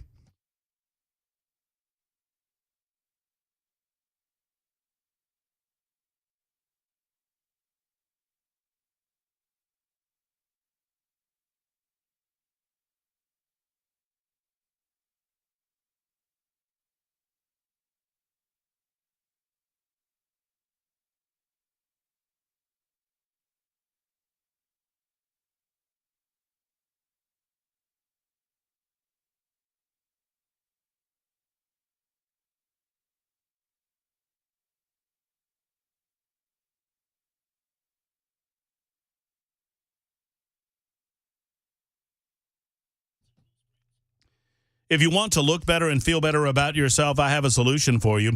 Let's make this spring and summer the season that you begin regrowing your hair. Hey, friends, it's Matt Murphy for We Grow Hair and PAI Medical. We Grow Hair is the only company in the state of Tennessee to have PAI Medical's multi-unit hair grafting procedure.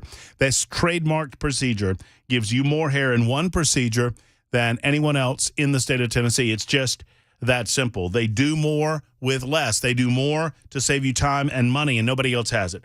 It's backed by the only company that I trust to help with my hair, and that's PAI Medical and the We Grow Hair system. So I have a head of hair, and those of you watching on Super Talk TV, you know, I mean, it's getting pretty long, but I wanted to make sure that I kept it. And so I met with Alex and Katie and the rest of the crew over at We Grow Hair in Brentwood. They walked me through my hair. They talked to me about what it means to thin, what it means to have thinning hair. And then we looked at the crown of my head and we said, well, Katie recommended that I go through some maintenance, if you will, some preventative maintenance to make sure that I never have to worry about thinning hair. And I've done so, and I love it. I absolutely love it. They've been in Nashville for well over 25 years now, 26 plus. Call them today at 615-376-6010. That's 376-6010. And schedule an appointment today. You'll be happy you did. It's amazing results. You can also go and find out more at wegrowhair.com. I've done it, and I encourage you to do it. We Grow Hair and wegrowhair.com.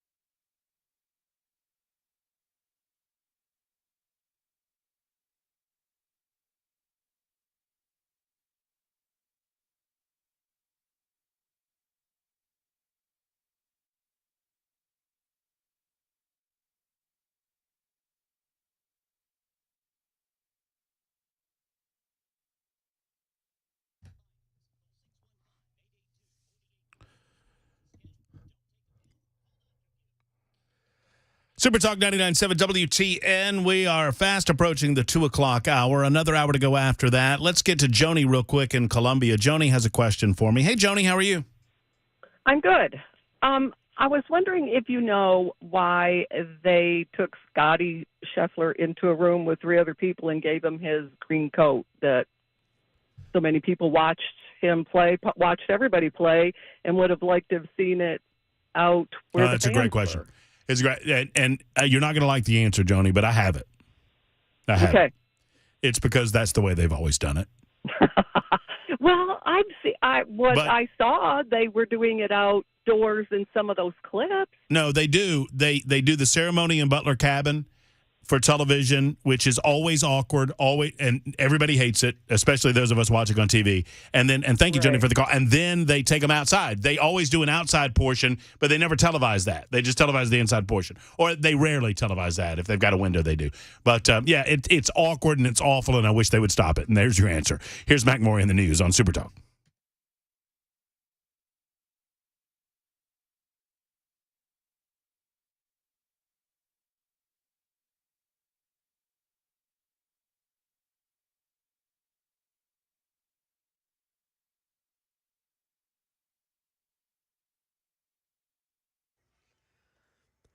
Two o'clock, I'm Mac Morey with your top stories. 85 degrees, mostly sunny on Music Row. Got warmth all week. Chances of storms starting Wednesday. Weather forecast coming up 2 minutes.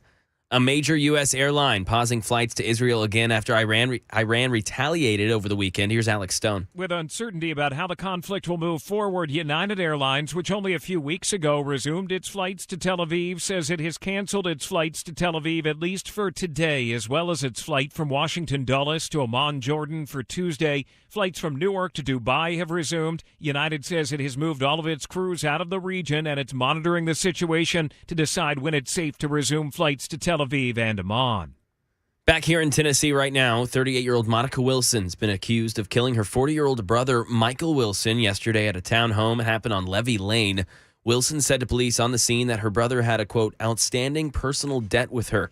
It escalated to a physical argument where she shot and killed him. She was arrested and booked on a $100,000 bond. And in the wake of the Arizona Supreme Court re-implementing a near-total abortion ban law from the Civil War era, now California is bracing for an influx of women seeking abortions. The Arizona court decision takes effect in a little over a week if lawmakers don't repeal it. Here's Alex Stone. California has positioned itself as a safe haven for women across the country looking to get an abortion. Now with the ruling in Arizona, California abortion providers are bracing for a wave of women coming from Arizona. Gila Gonzalez is CEO of Planned Parenthood Northern California. The next couple of weeks are critical, and that will tell us everything that we need to know. Arizona lawmakers refused to repeal the near-total abortion ban last week, but are likely to revisit it later this week. And that is the latest news. Got a weather forecast next. I'm Mac Morey, WTN News.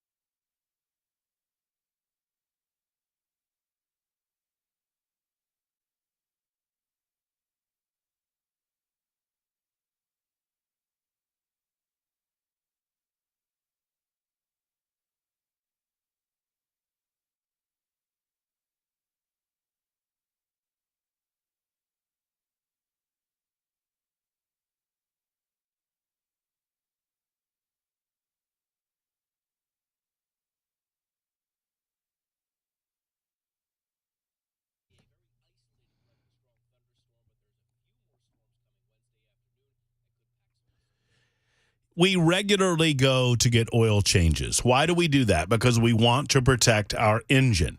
And in the process of getting an oil change, we expect that they'll check the wipers and they'll check the air filter and they'll just make sure that everything seems to be running as it should. Why would you do that with your engine and not do that with your body? Hey, friends, it's Matt Murphy for Kraft Body Scan. It's exactly what they do. They're checking under the hood, making sure that everything is running as it should with your heart, with your lungs, with all aspects of your body. If you get that full body scan, they will go tip to stern and check you out. The bottom line is this. We need to know before we feel it. We need to know before we feel it. And that's what Kraft Body Scan truly does. Ideally, they're going to check you out for $149, which is an incredible value. The normal cost of the scan is a little over $1,300. And for $149, they're checking out your heart and your lungs. And better yet, if you bring a loved one along, they'll check them out as well during your appointment. That is giving you peace of mind. Ideally, they find nothing, and you walk away with the knowledge of what's going on inside of your body. Otherwise, you're catching something so early before you start feeling it that your odds of taking care of it easily, swiftly, and also giving yourself peace of mind are very, very good. CraftBodyScan.com, that's C-R-A-F-T, CraftBodyScan.com. Go and schedule an appointment online. You don't need a referral or give them a call. Tell them Matt Murphy sent you. 615-436-1000, 615-436-1000.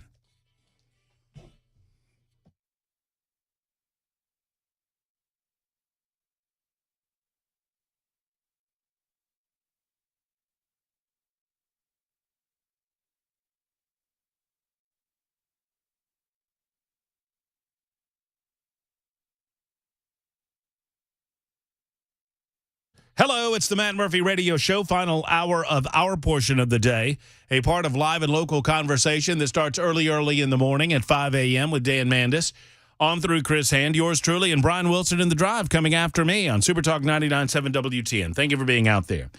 Still to get to Israel and Iran over the weekend. Not a lot to say about that, except that, thank God, Israel has the technology and the ability, and thank God the United States of America is still enough of an ally to protect them. Everyone wants Israel protected in the Middle East, at least. I know, you know what? I take that back. Everyone doesn't, and that's the sad reality. We have a lot of American citizens that would love to see nothing more than all of the Israelis killed. I am not overstating the case. I'm saying it plainly and honestly as I best can. And some of them happen to be in the Congress of the United States of America. That is true. I do not believe that the United States necessarily needs to help Israel militarily, but without a strong leader in the White House, sadly, Iran, thanks to the Biden administration, has the ability to do these things without fear of reprisal. We walk ourselves through weakness into this situation where they have the ability to escalate to the point that there's a lot up in the air and a lot of danger in the Middle East, depending on how people act and how they react. And sadly, it pigeonholes Israel into a place where they can't necessarily react because already the worldwide community seems to be focused against them in their reaction to the slaughter that happened on October 7th. And that's what I have to say about that. By the way, I charged Mac Morey with a duty from the Super Talk 99.7 WTN newsroom. And I'm looking at this protest that's going on. So a few news items. One, the Donald Trump trial is ongoing, and we're monitoring that. It's a lot of jury selection and a lot of sound and fury signifying nothing right now. I'll tell you my assessment of that in a moment. But also there's a protest going on at the Golden Gate Bridge, and we're trying to get some eyeballs on it, figuring out whether they're protesting. I have speculated while I'm doing the show that it has something to do with the Israeli-Hamas conflict. Mac Morey I begged of Morey, and maybe he hasn't done it. Maybe he's been very busy gathering other headlines, more local items of a more important nature to the listening audience of Super Talk 99.7 WTN, or perhaps he's on top of it. Hey, Matt. Hey. By the way, nice to see you. I'm here. How's it going? I'm doing great. You have a good weekend? I did. All right. I did. Nice. I was up bright and early. I was with our sister station this morning, so that's why you did not hear me on Chris. I know. I was just picking on you. I know you were. I was just nice to show up.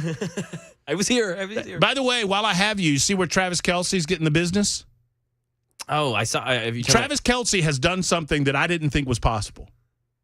He has unified the X machine, formerly known as Twitter. About this beer thing? About the the Jesus thing. You've not seen the Jesus thing? I'm missing the Jesus thing. Okay, so apparently he posted something 14 years ago on Easter Sunday.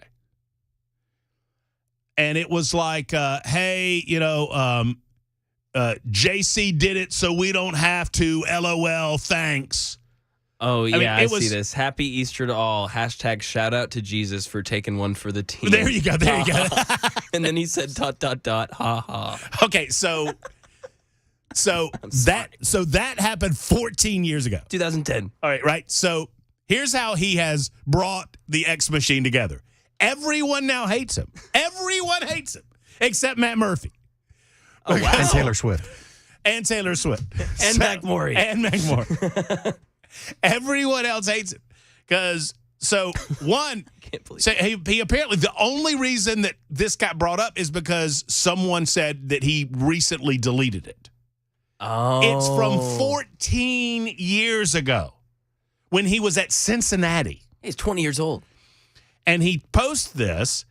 And so now that it has come up to everyone's radar screen, because believe it or not, guys, kids, gather around your radio. There was a time when we did not microanalyze every single thing that every other human being said on social media. Yep.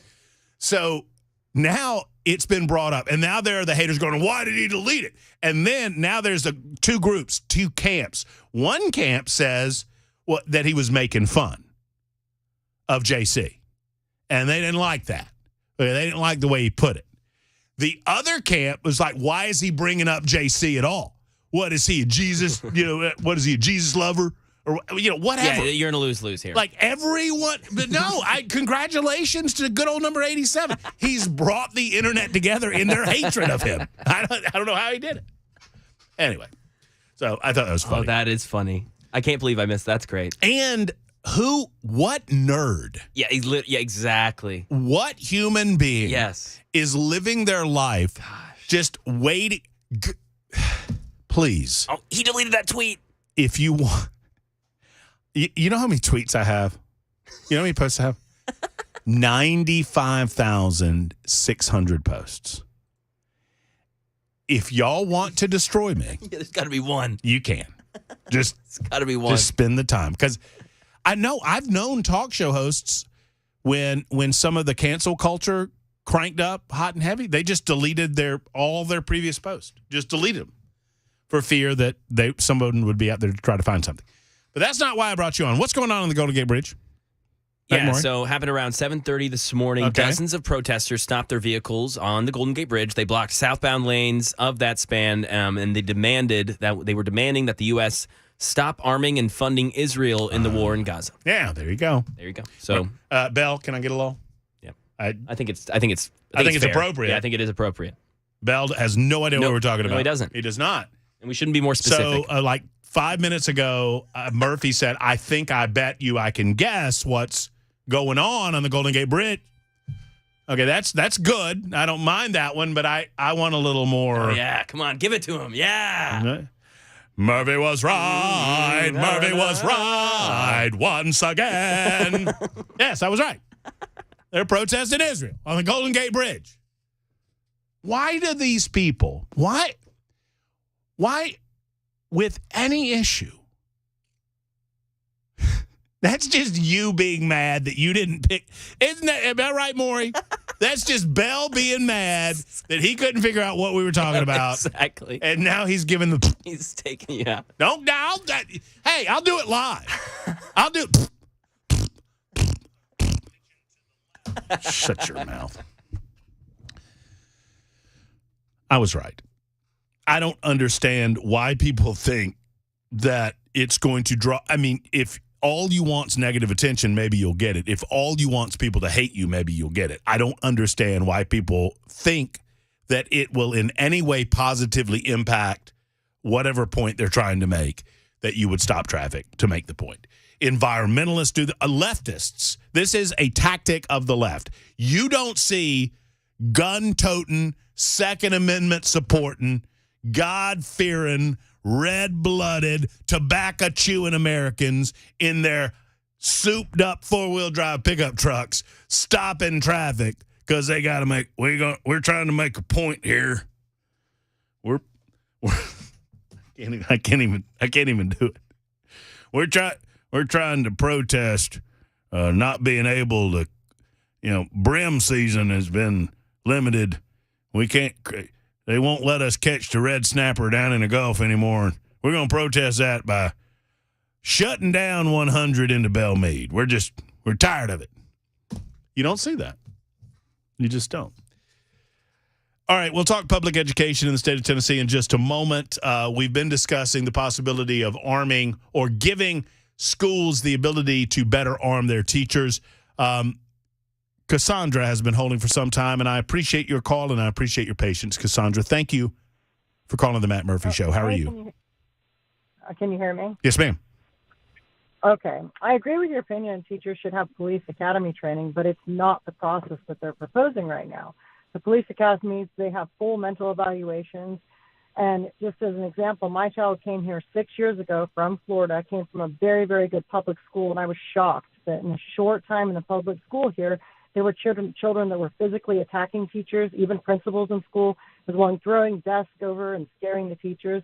If the teachers are armed and not evaluated for their mental state, then we're going to have way more news stories about teachers shooting children for fear of their lives than mass shootings.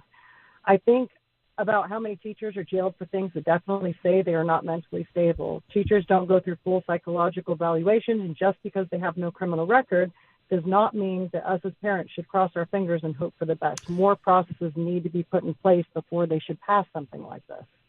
Okay, but do we hear? And so you're if I'm hearing you correctly, you're fearful that if certain teachers are armed within the school system, that if those teachers encounter violent students, that they will shoot the students? Correct. When have we heard, I'm working through it with you. I don't recall hearing really very much at all about teachers beating up kids in class. No, definitely not. But a gun is a whole different thing. So, I mean, a lot of these, when I'm talking about kids, I'm talking about high school age. No, I understand. Especially.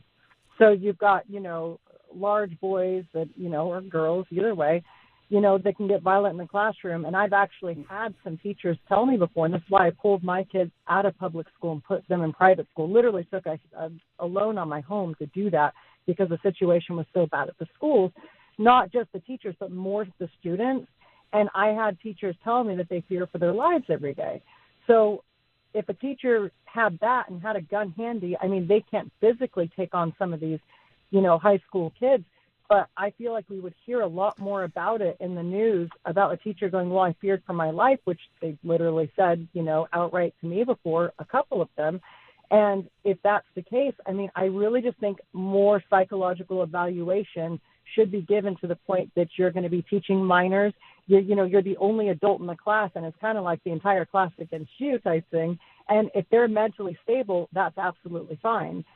But I think that should be looked at before we just go, okay, all of you guys can have a gun. And but the psych evaluation that's included in the legislation, you feel like it needs to be more robust? Because there is a psych eval, but you feel like it needs to be more robust? I don't know. I can't tell you yes or no because I have not read the full psych evaluation that's going to be done. But I think that they need to be as stringent as they would be giving a police officer who also has fear for his life, like when you're stopping cars or you're going into a bad situation. Some of these teachers are going into bad situations in public schools, and some of it's from the way the kids are raised, their parents, situations, stuff like that. But either way, the psych evaluation really needs to include something like, under stress and how they would react. So, and I respect this. You would be more comfortable with kind of my concept than this current. You feel like we're kind of half pregnant on this one. That you're giving some training or some psych eval, but you're not going full on and giving the full treatment to make sure that every aspect of whatever encounter that they might experience would be covered and they would be trained can handle. Yeah. Yeah, absolutely. That's if fair. They're making the right choices. They can handle it under stress. So I absolutely agree with you on that. I just think more stringent because, like I said, you've got one adult in a classroom full of, and it could be middle school, but I'd say high school especially, these really independent, stubborn-minded, like kids, and some of them have some issues, and you want to make sure, regardless of the situation that a teacher's put into, that they can keep their calm and they know how to react to it without grabbing for a gun. Well, I mean, I would encourage for those listening, because I know my audience well enough to know that maybe some are kind of rolling their eyes at this concept, but I don't, Cassandra, because I mean, there was just a situation in Antioch where a teacher got hell beat out of him for taking a cell phone away. I've seen situations in Memphis. There are situations where high school age students start beating the hell out of these teachers, and if for whatever reason that teacher has immediate access, I mean, I understand your concern. I don't know that it's on the top of my list, but I can understand why it would be a concern with you. So maybe there's a way to address that with more stringent requirements, but I certainly appreciate the opinion. Okay, thank you. Yeah, absolutely. Thank you. I mean, thank you for the comment. It's 2:20 on Super Talk 99.7 WTN. How do you react to that? Dave and Gracie, Eric, Will, and Don, and one available for you on Super Talk 99.7 WTN. Also, I have a simple question regarding Representative Scott Sapicki and the now, Phil Williams is out to destroy this education scholarship fund or education scholarship program. That much to me is clear. Phil Williams has decided to attack those that are in favor of it. He attacked AFP, Americans for Prosperity, and Tory Venable. Thought he had a great piece there. He won't go after, he won't speak of Justin Jones. He won't ask if Justin Jones covered up a sexual assault in 2020 like I begged him to. By the way, I called Phil Williams on Thursday afternoon on his cell phone, and I have on News Channel 5. I have his cell phone number, and I called Phil Williams, and I asked him to call me back, and he's yet to call me back. So I guess he's really busy. I'll continue to call him to invite him on the show because I don't want to be accused of being unfair. But Phil has decided that he wants to destroy the Education Scholarship Fund, and I'm curious why that is. Now, he might disagree that that's his decision, but I judge a man based on his actions. And he's going after this thing, and he's getting people feeding in these secret recordings. And the latest has to do with Representative Scott Sapicki, who, by the way, will appear for the entire hour this Thursday between 1 and 2 to answer any and all of your questions based on his comment that we've been nipping around the edges and now we're trying to throw the entire freaking system in the trash, is what he says. And before you react to that, I wonder if you have an answer to this question. Is public education broken? Yes or no? More on that in a moment on Super Talk 99.7 WTN.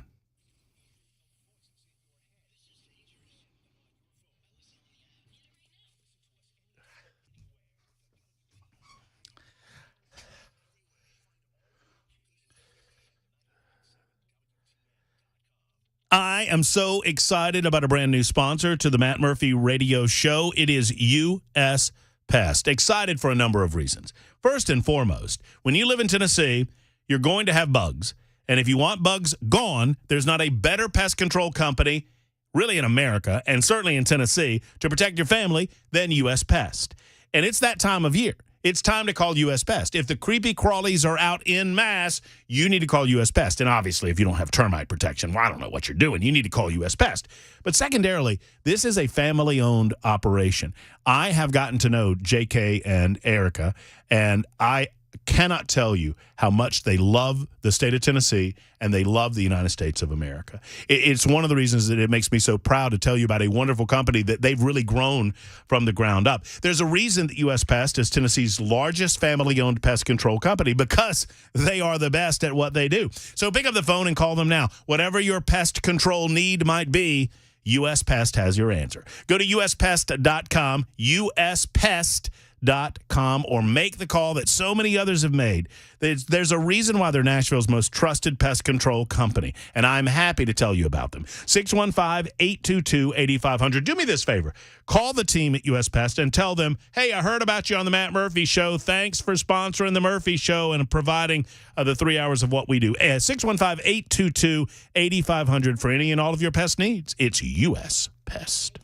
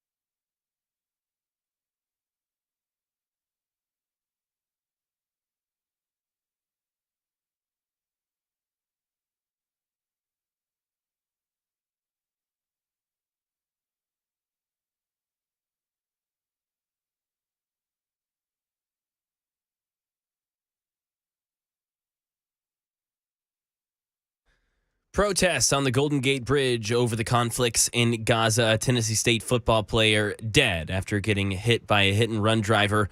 And police in Sydney arresting a man that was lunging at a bishop with a knife. All here at 2:30. Super Talk 99.7 WTN. Thank you very much, Mac Morey. Was that 15? Is that what we're hearing about that? I think that's right. We'll find out in Mac Morey's newscast, but I think that that assailant was possibly 15 years old. 227, Super Talk 99.7 WTN. Speaking of age, did you see my post with the great one on, not the great one like Mark Levin. Not the great, not me, you dope. He's talking about Clint Eastwood, you dope. Did you see Clint online? No. 93. Clint Eastwood is 93 years old, and that makes me feel old. Well, you know, Clint Eastwood still looked badass at like 87, right? Yeah. Clint Eastwood is finally looking his age. God bless him. Only took him 9 decades. It only took him 9 decades. If you want to catch it, go to the X Machine and look me up at Matt Murphy Show. It's a little down on my feed now. I posted it a couple of days ago. But he made a rare appearance at a local function in California. He's finally, his pants are approaching his nipples now. He's skinny as a minute. You need to retweet it. He's got, all right, I'll retweet it. Let me put it over. It's his repost. His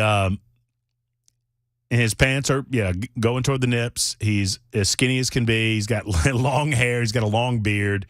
But he's still there's still something going on in his eyes. I mean, he's still got it upstairs, it seems, but 93 years old. I could only hope to make. That doesn't even look like him. Way to go, Clint. Way to go. William Shatner's the same age. William Shatner. And William looks like could go out and ride a horse. I don't know what these guys are doing, but they look great.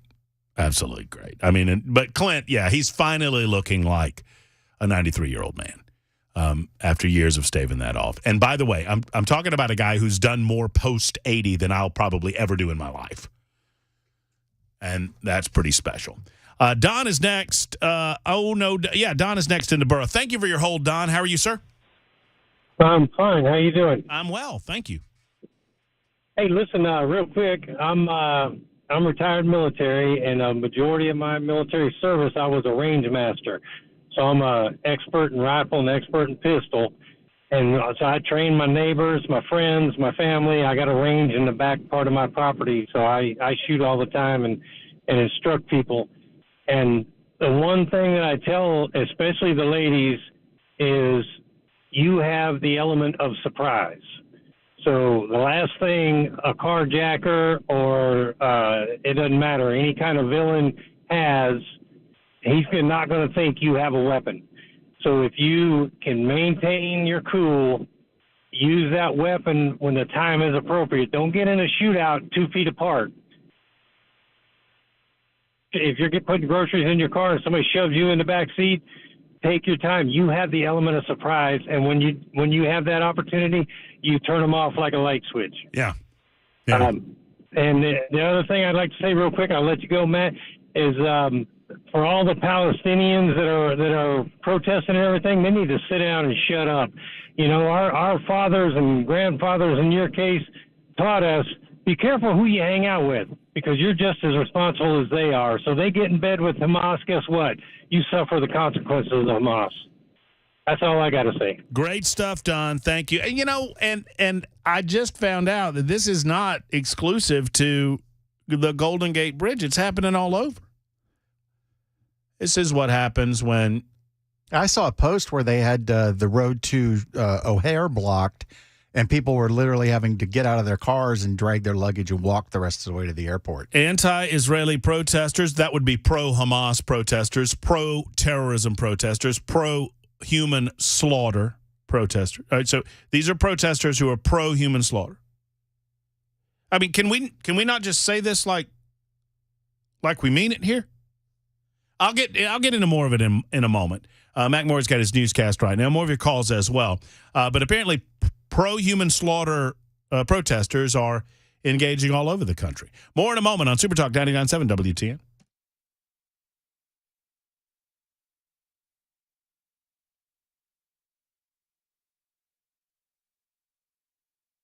.232, I'm Mac Maury with your top stories. Right now, 85 degrees. The warmth here to stay this week. Got a weather forecast on the way in 2 minutes. Carrying signs and banners with messages like "Stop Arming Israel" and "Free Palestine." Pro-Palestinian protesters blocked roadways across the San Francisco Bay Area today, including the Golden Gate Bridge. Gloria Rodriguez is there. Emotions running high on the Golden Gate Bridge. Cars unable to get through. The Golden Gate Bridge shut down in both directions because of a pro-Palestinian protest. A protester telling me that they're doing this on tax day because it's an economic blockade for a free Palestine. And here in Tennessee, Channel 4 reports that a Tennessee State University football player, 20-year-old Chazen Page, was killed while walking across Gallatin Pike. It happened Sunday morning around 1:30 a.m. It was a hit-and-run driver. That car was a small SUV that was going fast. The vehicle most likely will have front end damage. Page played in 28 career games for TSU, starting all 11 games the last 2 seasons. He was expected to be an anchor for that offensive line. He played high school at Lipscomb Academy. Anyone with information has been asked to call Crime Stoppers. A cash reward is available. And in Australia, police in Sydney arrest a man lunging at a bishop with a knife. Here's Tom Rivers. Speaking at the altar, the bishop at Christ the Good Shepherd Church in suburban Wakely. Then suddenly, a man dressed all in black approaches him with a knife. It looks like he slashes him several times. Amid screams from the congregation, members rush to the cleric's aid. No life-threatening injuries reported. The incident occurred during a televised service. And that is the latest news. Got a weather forecast next. I'm Mac Maury, WTN News.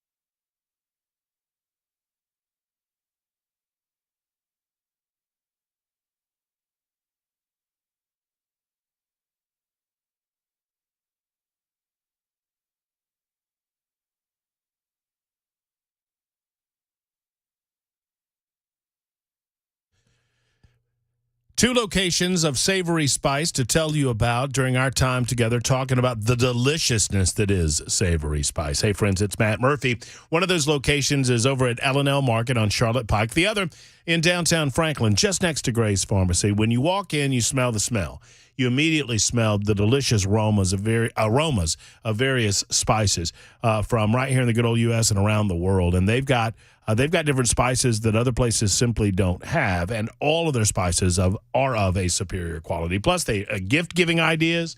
If you have someone in your life that loves to cook or loves the kitchen, you need to give them a gift from Savory Spice. Plus, if you're an amateur, and I mean, where most of us are amateurs, but you walk in, ask Holly, David, or any of the crew to direct you to things that have already been blended for you. They have, I use this as an example all the time, the Sunday pot roast, where you put in something in the crock pot, you put in the meat and the veggies, and you put in the spices already put together by Savory Spice for you, and then just add a little bit of water, and you turn it on, and you go. You don't have to do anything else, and you have a delicious meal right there, brought to you by Savory Spice. I say you up your food game by upping your spice game. You up your spice game at the one and only Savory Spice. 2 locations, downtown Franklin and L&L Market. Tell them Matt Murphy sent you.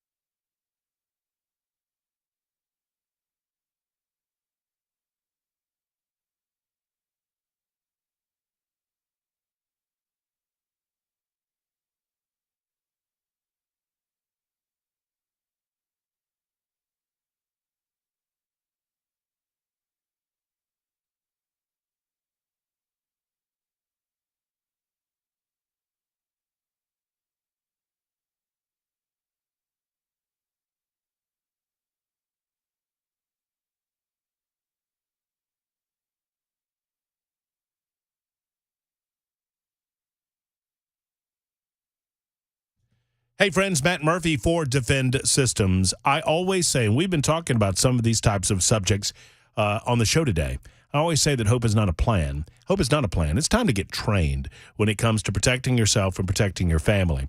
When it comes to places where people gather, Defend Systems can help in that regard. If you're a decision maker at a business, if you're a decision maker at a school or a church, and you're concerned about this dangerously developing world and all of the situations that we hear not only across the world but right here at home, Defend Systems is a life safety and security consultation firm. They can help you with active shooter response, workplace violence, site surveys and threat assessment, emergency and intruder action plans, rapid response medical, and much, much more, all customized and designed for your facility. Call Brink Fiddler and his team at Defend Systems today. I know you'll be happy you did. 615-236-6484, 236-6484. You can reach out at info at defendsystems.com. That's defendsystems.com. Once again, hope is not a plan. Friends, it's time to get trained. In the unlikely event that something like this should happen to you, you want this level of training in your back pocket. Defend Systems can provide it. Call today.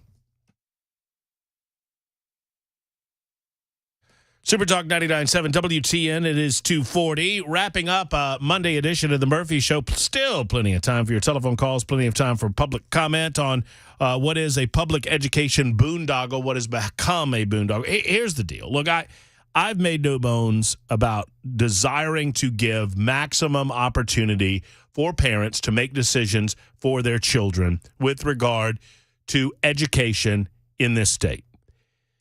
That's what I believe school choice does. It gives parents another tool in their toolbox. And by the way, it is not true to say that $7,000 would not provide the total cost for educational opportunities in private schools in this state. As a matter of fact, I was sent a list of 1, 2, 3, 4, 5, 6, 7, 8, 9, 10, 11, 12, 13, 14, 15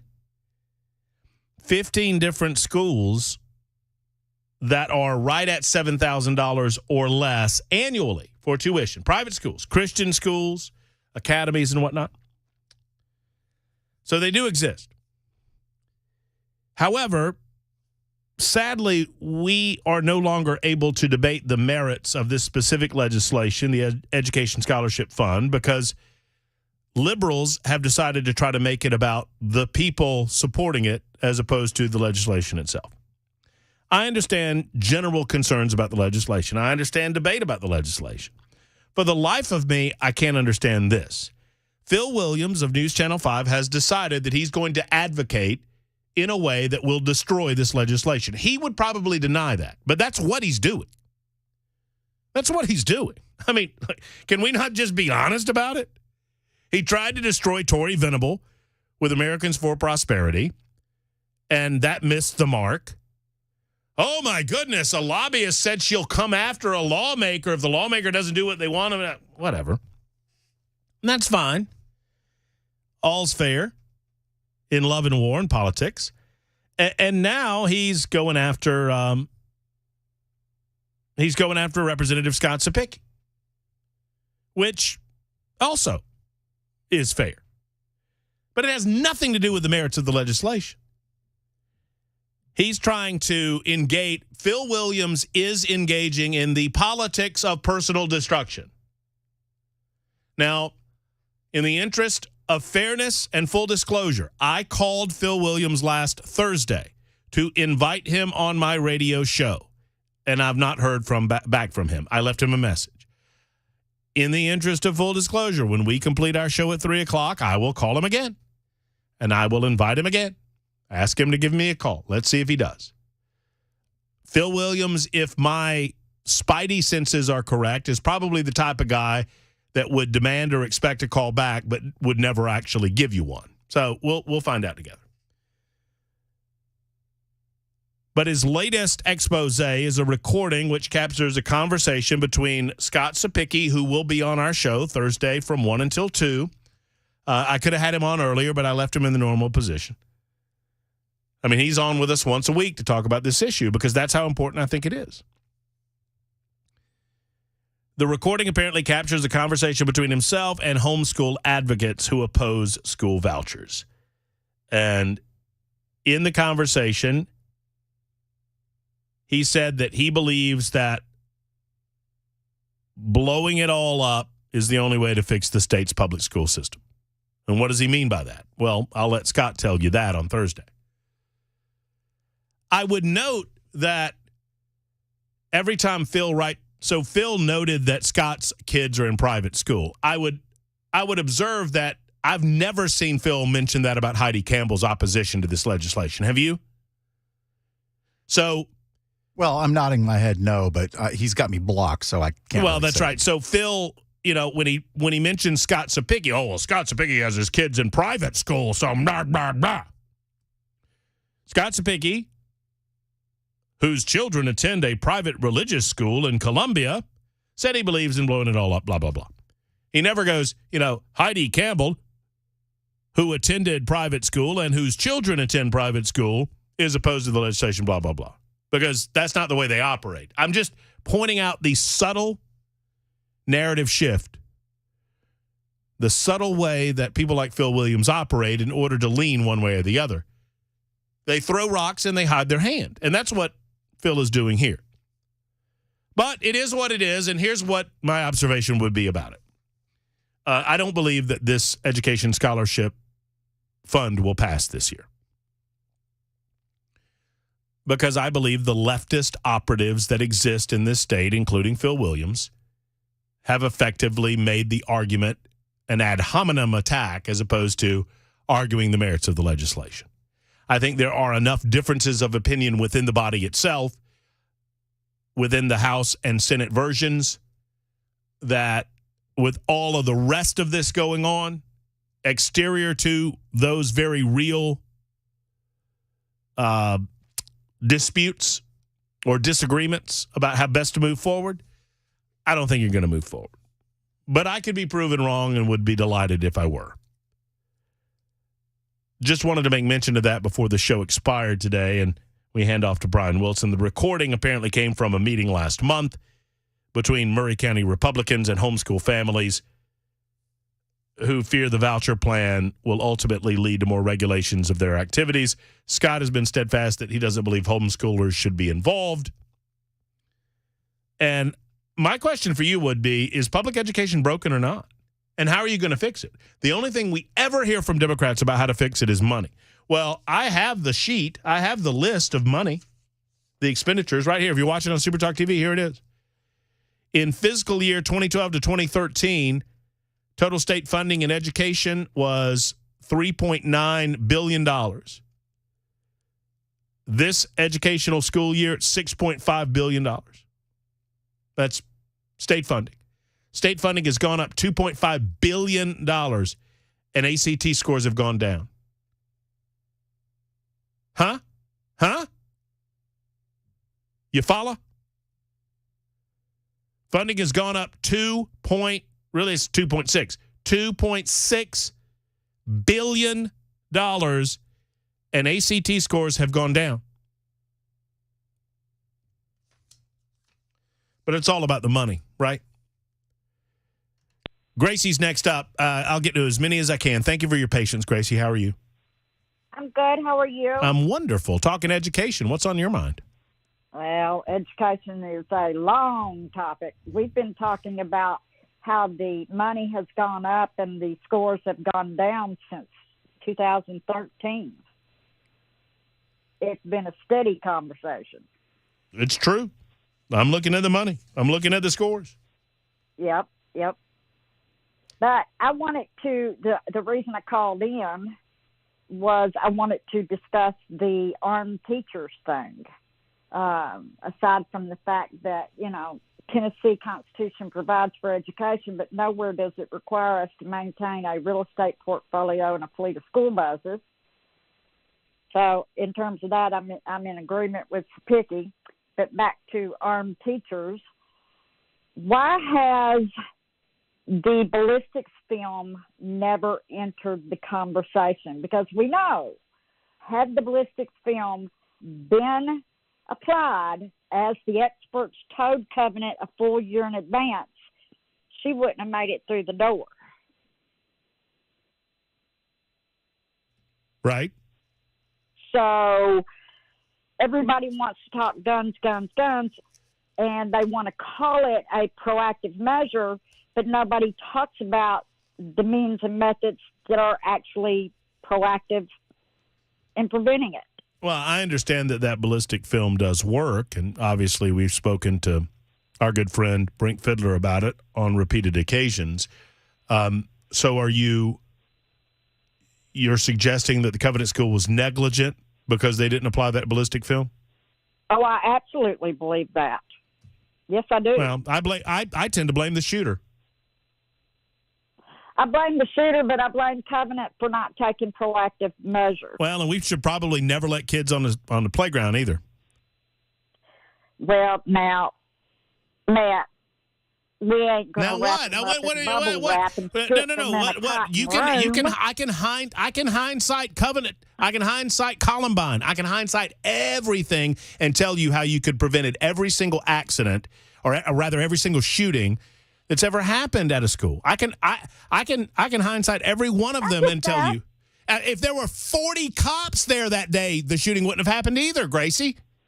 I get that. I'm just simply saying that Justin Jones and Justin Pearson and Gloria Johnson and what have you want to talk about guns, but they don't want to talk about actual. Well, I don't disagree with ballistic film at every school. I believe that if you have entry points, that we agree on that. But I don't want to lose sight of what's really to blame, who's really to blame here, though. That's all I'm saying.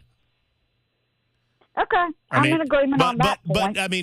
But suggesting that they should have known, and because they didn't, that they share some blame. I mean, there's a cost risk dynamic that exists there, and I promise you, the decision makers within the Covenant School, those that are still alive, because one of those decision makers paid with her life. Right.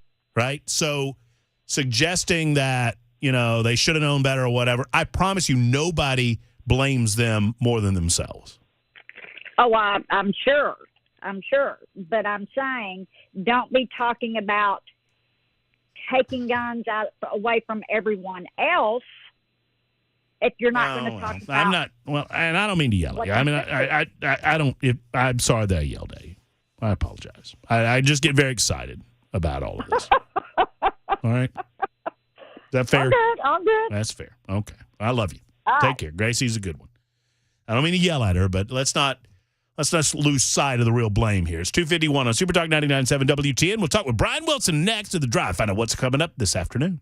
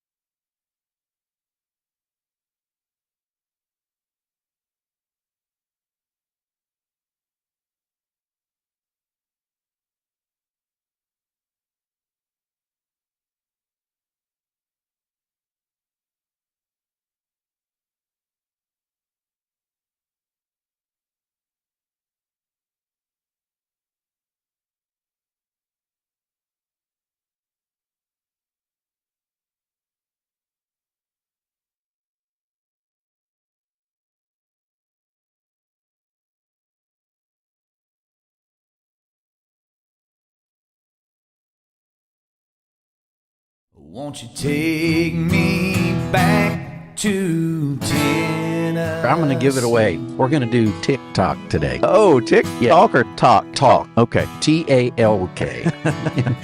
Spring is here. Today we're going to talk about ticks. Bugs are coming out. Unfortunately, ticks are coming out. People are going to be out in the woods. First, the types of ticks. American dog tick, the black-legged deer tick, the Lone Star tick. We've got a Gulf Coast tick. Got a new one coming in, the longhorn tick. These are the ones we need to watch out for. 75% of vector transmitted diseases now are from ticks. Rocky Mountain spotted fever, rickelosis, tularemia, Lyme disease, almost flu-like. You're going to run a fever. You may or may not get a rash in the saliva. They secrete the cement to glue themselves in. Oh, wow. Yeah, that's great. So you need to get some tweezers, get down on that capitulum and grab it and pull the tick off. Do not grab the body. A lot of people think ticks drop out of trees. They don't drop out of trees. And they can't jump and they can't fly. So they're in the leaves on the plants and things On the grass, on the the ground. leaves of the grass. And they do this number with their front legs. And that's called questing. They are sensing a prey item coming by. They'll take those legs and latch on and then crawl up. And then there you go. You're battling it.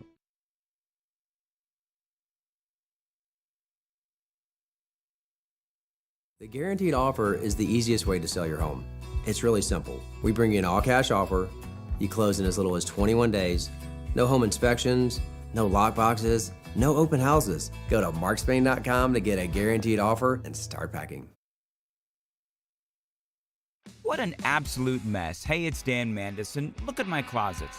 Unorganized to say the least. Even my window dormer is a train wreck. Stuff is everywhere. Now, luckily, California Closets is coming to my rescue. My personal design consultant, Vince, stopped by, measured, and is now showing me how to become more space efficient and organized on his 3D CAD system. It is amazing. And soon, my space is going to be organized, and yes, even Bandit approves. California Closets, a local company that can customize the storage in any room of your house. California Closets, what can they do for you? Find them online at californiaclosets.com and reach out for your free in-home consultation.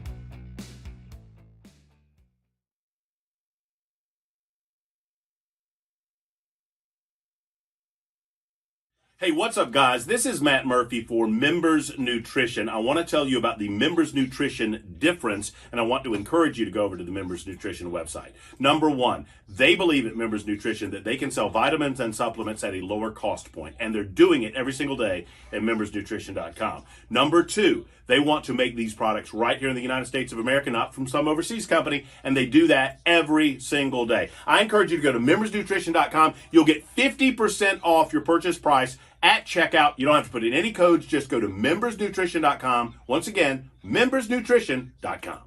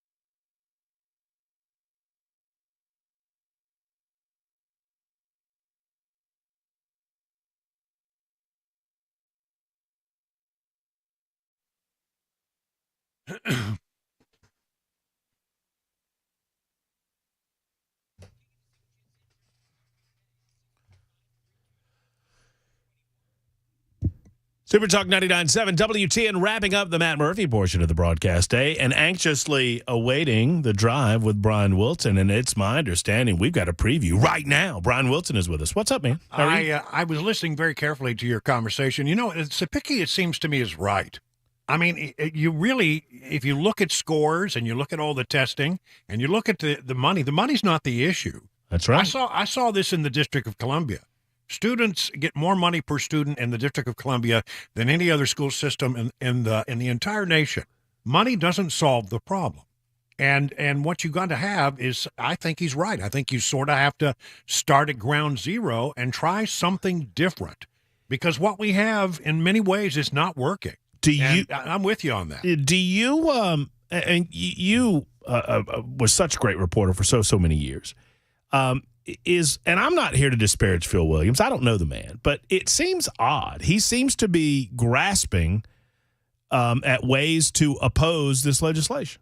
You know, I've seen some of the investigative stuff that Phil Williams has done in the past, and I thought it was good. But there does seem to be a motive here, right? It doesn't make a lot of sense to me. I have had Phil on the show in the past, and I don't consider him a friend. I don't know him, never met him face to face, but his reputation as being an investigative reporter is pretty good. Right. But in this one, it just feels like there's sort of an agenda attached to it. At least it feels that way. Speaking of agendas, what's coming up? Well, we're going to be talking about Israel, and I just have a very different take on everything that happened over the weekend, and I just wonder if anybody else has the same idea that I have. We'll get started on that right after the news at 3. Love it. There's Brian Wilson. He's coming up. I'll be listening. Hope you are as well. Right now, Mac Morey's newscast on Super Talk 99.7 WT, and have a great day, folks. Hug your loved one. So long, everybody.